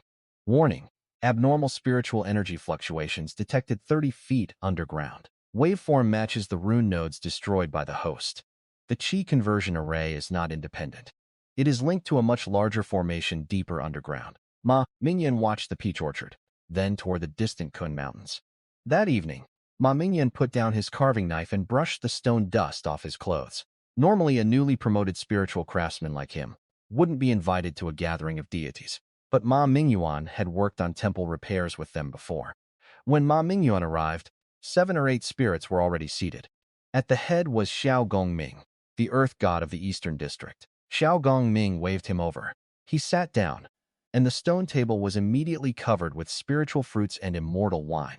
The aroma was so thick, it was almost solid. "Nothing major today, just a little get-together." Old Man Lu laughed, pouring him a cup. The earth gods, their faces flushed red, started sharing the latest scandals from the heavenly court. The Windmaster and Rainmaster had another fight, over which county gets rain first. The workers' gossip grew bolder, with old Lu hinting that one recent incident had nearly reached the Jade Emperor's hall, before being quietly contained. Xiao Gongming waved a hand dismissively. Little Ma is one of us. Old man Lu leaned in closer, his voice dropping to a low murmur. Old Lu claimed Princess Qi had complicated ties with several heavenly lords, including stories of powerful men risking demotion to follow her during mortal tribulations. The princess has a lot of influence, especially over the peach orchard operations. He kept his head down, drinking quietly while watching everyone's expressions. The conversation eventually shifted, and after a few more rounds, Ma Mingyuan excused myself, claiming Ma Mingyuan had an early start the next day. Ma Mingyuan leaned against a wall in a dark alley, processing everything Ma Mingyuan had heard. Yaoji was connected to powerful heavenly lords. If Ma Mingyuan used this correctly, Ma Mingyuan could break the lock on that giant array. He took a deep breath, shaking off the drunken fog, and hurried back. Ma Mingyuan barely had time to pick up his carving knife before Ma Mingyuan heard hurried footsteps behind him. She marched up to the pavilion and scanned the progress. Ma Mingyuan studied the carvings on the pillar. He needed this pavilion ready by next month. Ma Mingyuan stood his ground, meeting her gaze calmly. He knew she did not actually care about the construction speed. She was anxious about the array. She sighed and pulled a small jade bottle from her sleeve, holding it out to him. A powerful concentrated surge of immortal energy hit him instantly. Yaoji patted his shoulder, her voice softening until it sounded like she was coaxing a child. She told him to hurry the work along and not to disappoint her. Ma Mingyuan looked down at the immortal pill and let out a dry laugh. This woman cursed him for being slow with one breath. Ma Mingyuan tucked the bottle into his robe and turned back toward the pavilion. The cold mechanical voice of the system rang out in his mind. The immortal pill in the host's possession contains a unique spiritual energy imprint refined by the seventh princess. His fingers tightened around the jade bottle. Of course, there was no such thing as a free lunch in the heavens. The blade hit the green stone with a crisp clack, one stroke after another. The rhythm was steady, but his mind was racing. Yaoji's move showed him exactly how much she valued or feared his role in this construction. Ma Mingyuan put down his knife and brushed the stone dust from his hands. He had squeezed some information out of the guards a couple of days ago. Apparently, Taibai Jingxing went to the Imperial Library every afternoon to look through old archives. 2 golden armored guards blocked his path at the entrance. The craftsman in charge of repairing the south courtyard pavilions. He heard some tiles on the western eaves of the library are loose. Ma Mingyuan pulled out a document stamped by the Ministry of Works. One guard scanned it, looked him up and down, and snorted. Sunlight filtered through the carved windows, casting patterned shadows over mountains of scrolls. Taibai Jingxing was sitting behind a desk, frowning at a yellowed bamboo slip. The handle of his knife clicked against the tiles. He looked up, confusion flaring in his eyes. He dropped his tools and bowed low. Taibai Jingxing put down the bamboo slip and stroked his beard. A craftsman, with a sense of duty, the rules in heaven are strict. To be honest, these rules are more complicated than a mortal government office.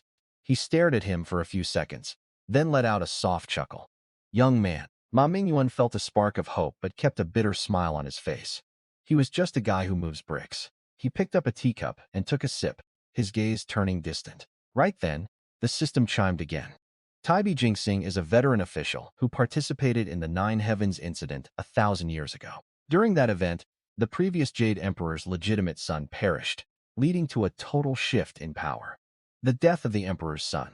The old man was already back to his reading, looking peaceful as if he hadn't just warned him. He walked out, and the guards slammed the doors shut. Meanwhile, Princess Yaoji was feeding him pills and tracking his every move. That night, Ma Mingyuan lay in his small shack, staring at the system logs. Ma Mingyuan sat up and pulled out the pillow gave him. The water in the heavenly court was much deeper than Ma Mingyuan thought. Well, now Ma Mingyuan was going to meddle even harder. The next day, Ma Mingyuan returned to his courtyard and saw a familiar figure standing under the locust tree. She had on a simple green cloak, looking like she was trying to stay low profile. Her voice was quiet, but carried the weight of a command. Stop talking and follow him. She walked fast, leading him behind a secluded rock formation where the only sound was the rustling of bamboo. For her to meet a lowly craftsman in private like this meant one of two things.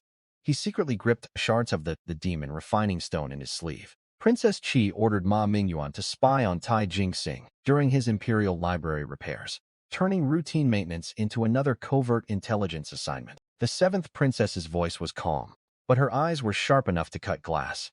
On the surface, Ma Mingyuan did not say a word, but his mind was spinning.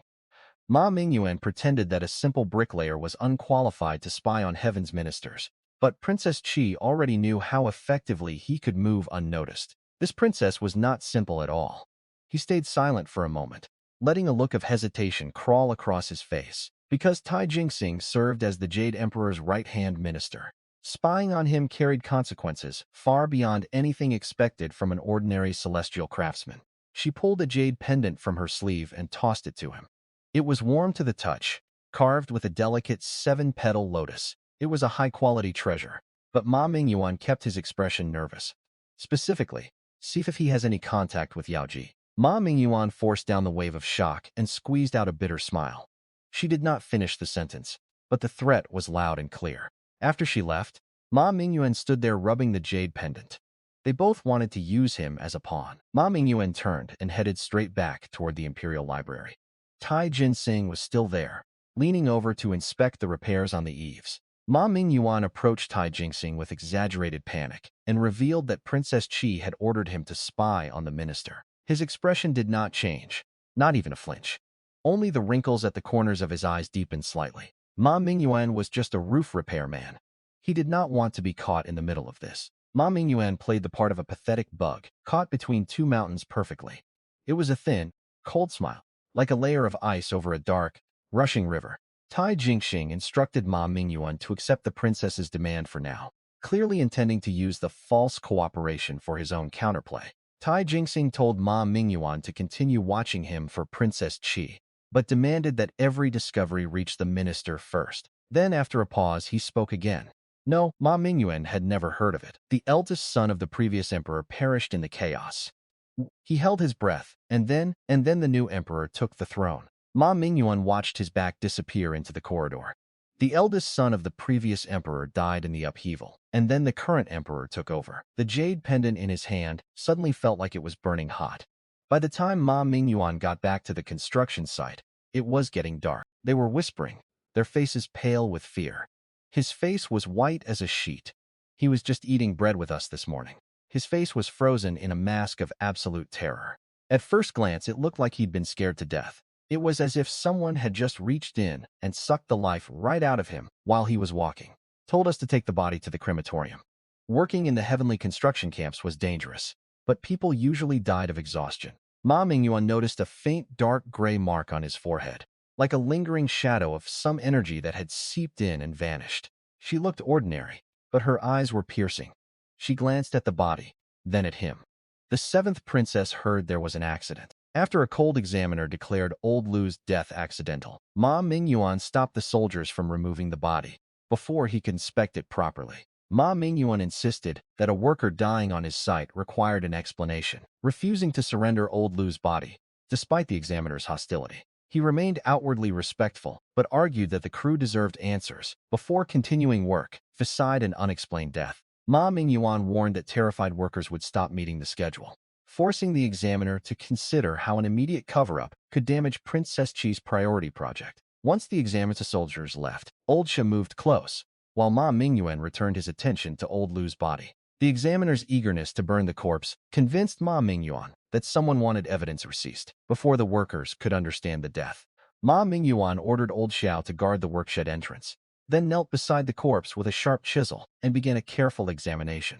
Old Lu showed no obvious wounds until Ma Mingyuan turned him over and discovered an almost invisible puncture at the back of his neck. The tiny hole sat precisely at the junction between the brain and spinal cord, a location heavenly craftsman's associated with the soul's connection to flesh. A correctly applied extraction technique at that point could kill instantly while leaving almost no external evidence, explaining why the death looked natural. The system detected residual energy from a forbidden soul exhaustion art and warned that investigating a technique of such high rank could be suicidal. Only a handful of heavenly experts possessed power at that level, making Old Lu's murder wildly disproportionate to the status of an ordinary temporary worker. While Ma Mingyuan considered the implication, the jade pendant Princess Chi had given him suddenly heated up and began glowing inside his pocket. Princess Chi contacted him through the pendant almost immediately after the death, and the speed of her information made the timing impossible to ignore. Ma Mingyuan kept his voice controlled while revealing only enough about the suspicious puncture to test how much the princess already knew. Princess Chi's immediate interest confirmed that old Lu's death had reached her network before any normal report should have traveled that far. After the communication ended, Ma Mingyuan decided the needle and blood evidence could not remain anywhere an ordinary search might uncover them. He chose the secret chamber beneath Lingsha Palace, a concealed space he had deliberately incorporated into the foundation during earlier construction. Under the cover of night, Ma Mingyuan waited until the guard rotation moved away from the eastern side of the palace. He struck the weak foundation point, prepared in advance, and opened a narrow passage through the stone into the hidden room below. The passage was small enough to conceal after entry, allowing Ma Mingyuan to pull the stone back into place and erase the obvious opening. Because the chamber sat beneath a side hall, surrounding immortal energy naturally masked spiritual probes that might otherwise detect someone underground. Ma Mingyuan buried the extracted needle and cloth stained with old Lu's dark blood inside a prepared hole in the chamber floor. He layered concealment arrays across the walls to hide spiritual traces, scent, and abnormal vibrations from powerful divine senses searching the palace. With the evidence hidden beneath Lingsha Palace, Ma Mingyuan stayed concealed as footsteps stopped directly above his secret chamber.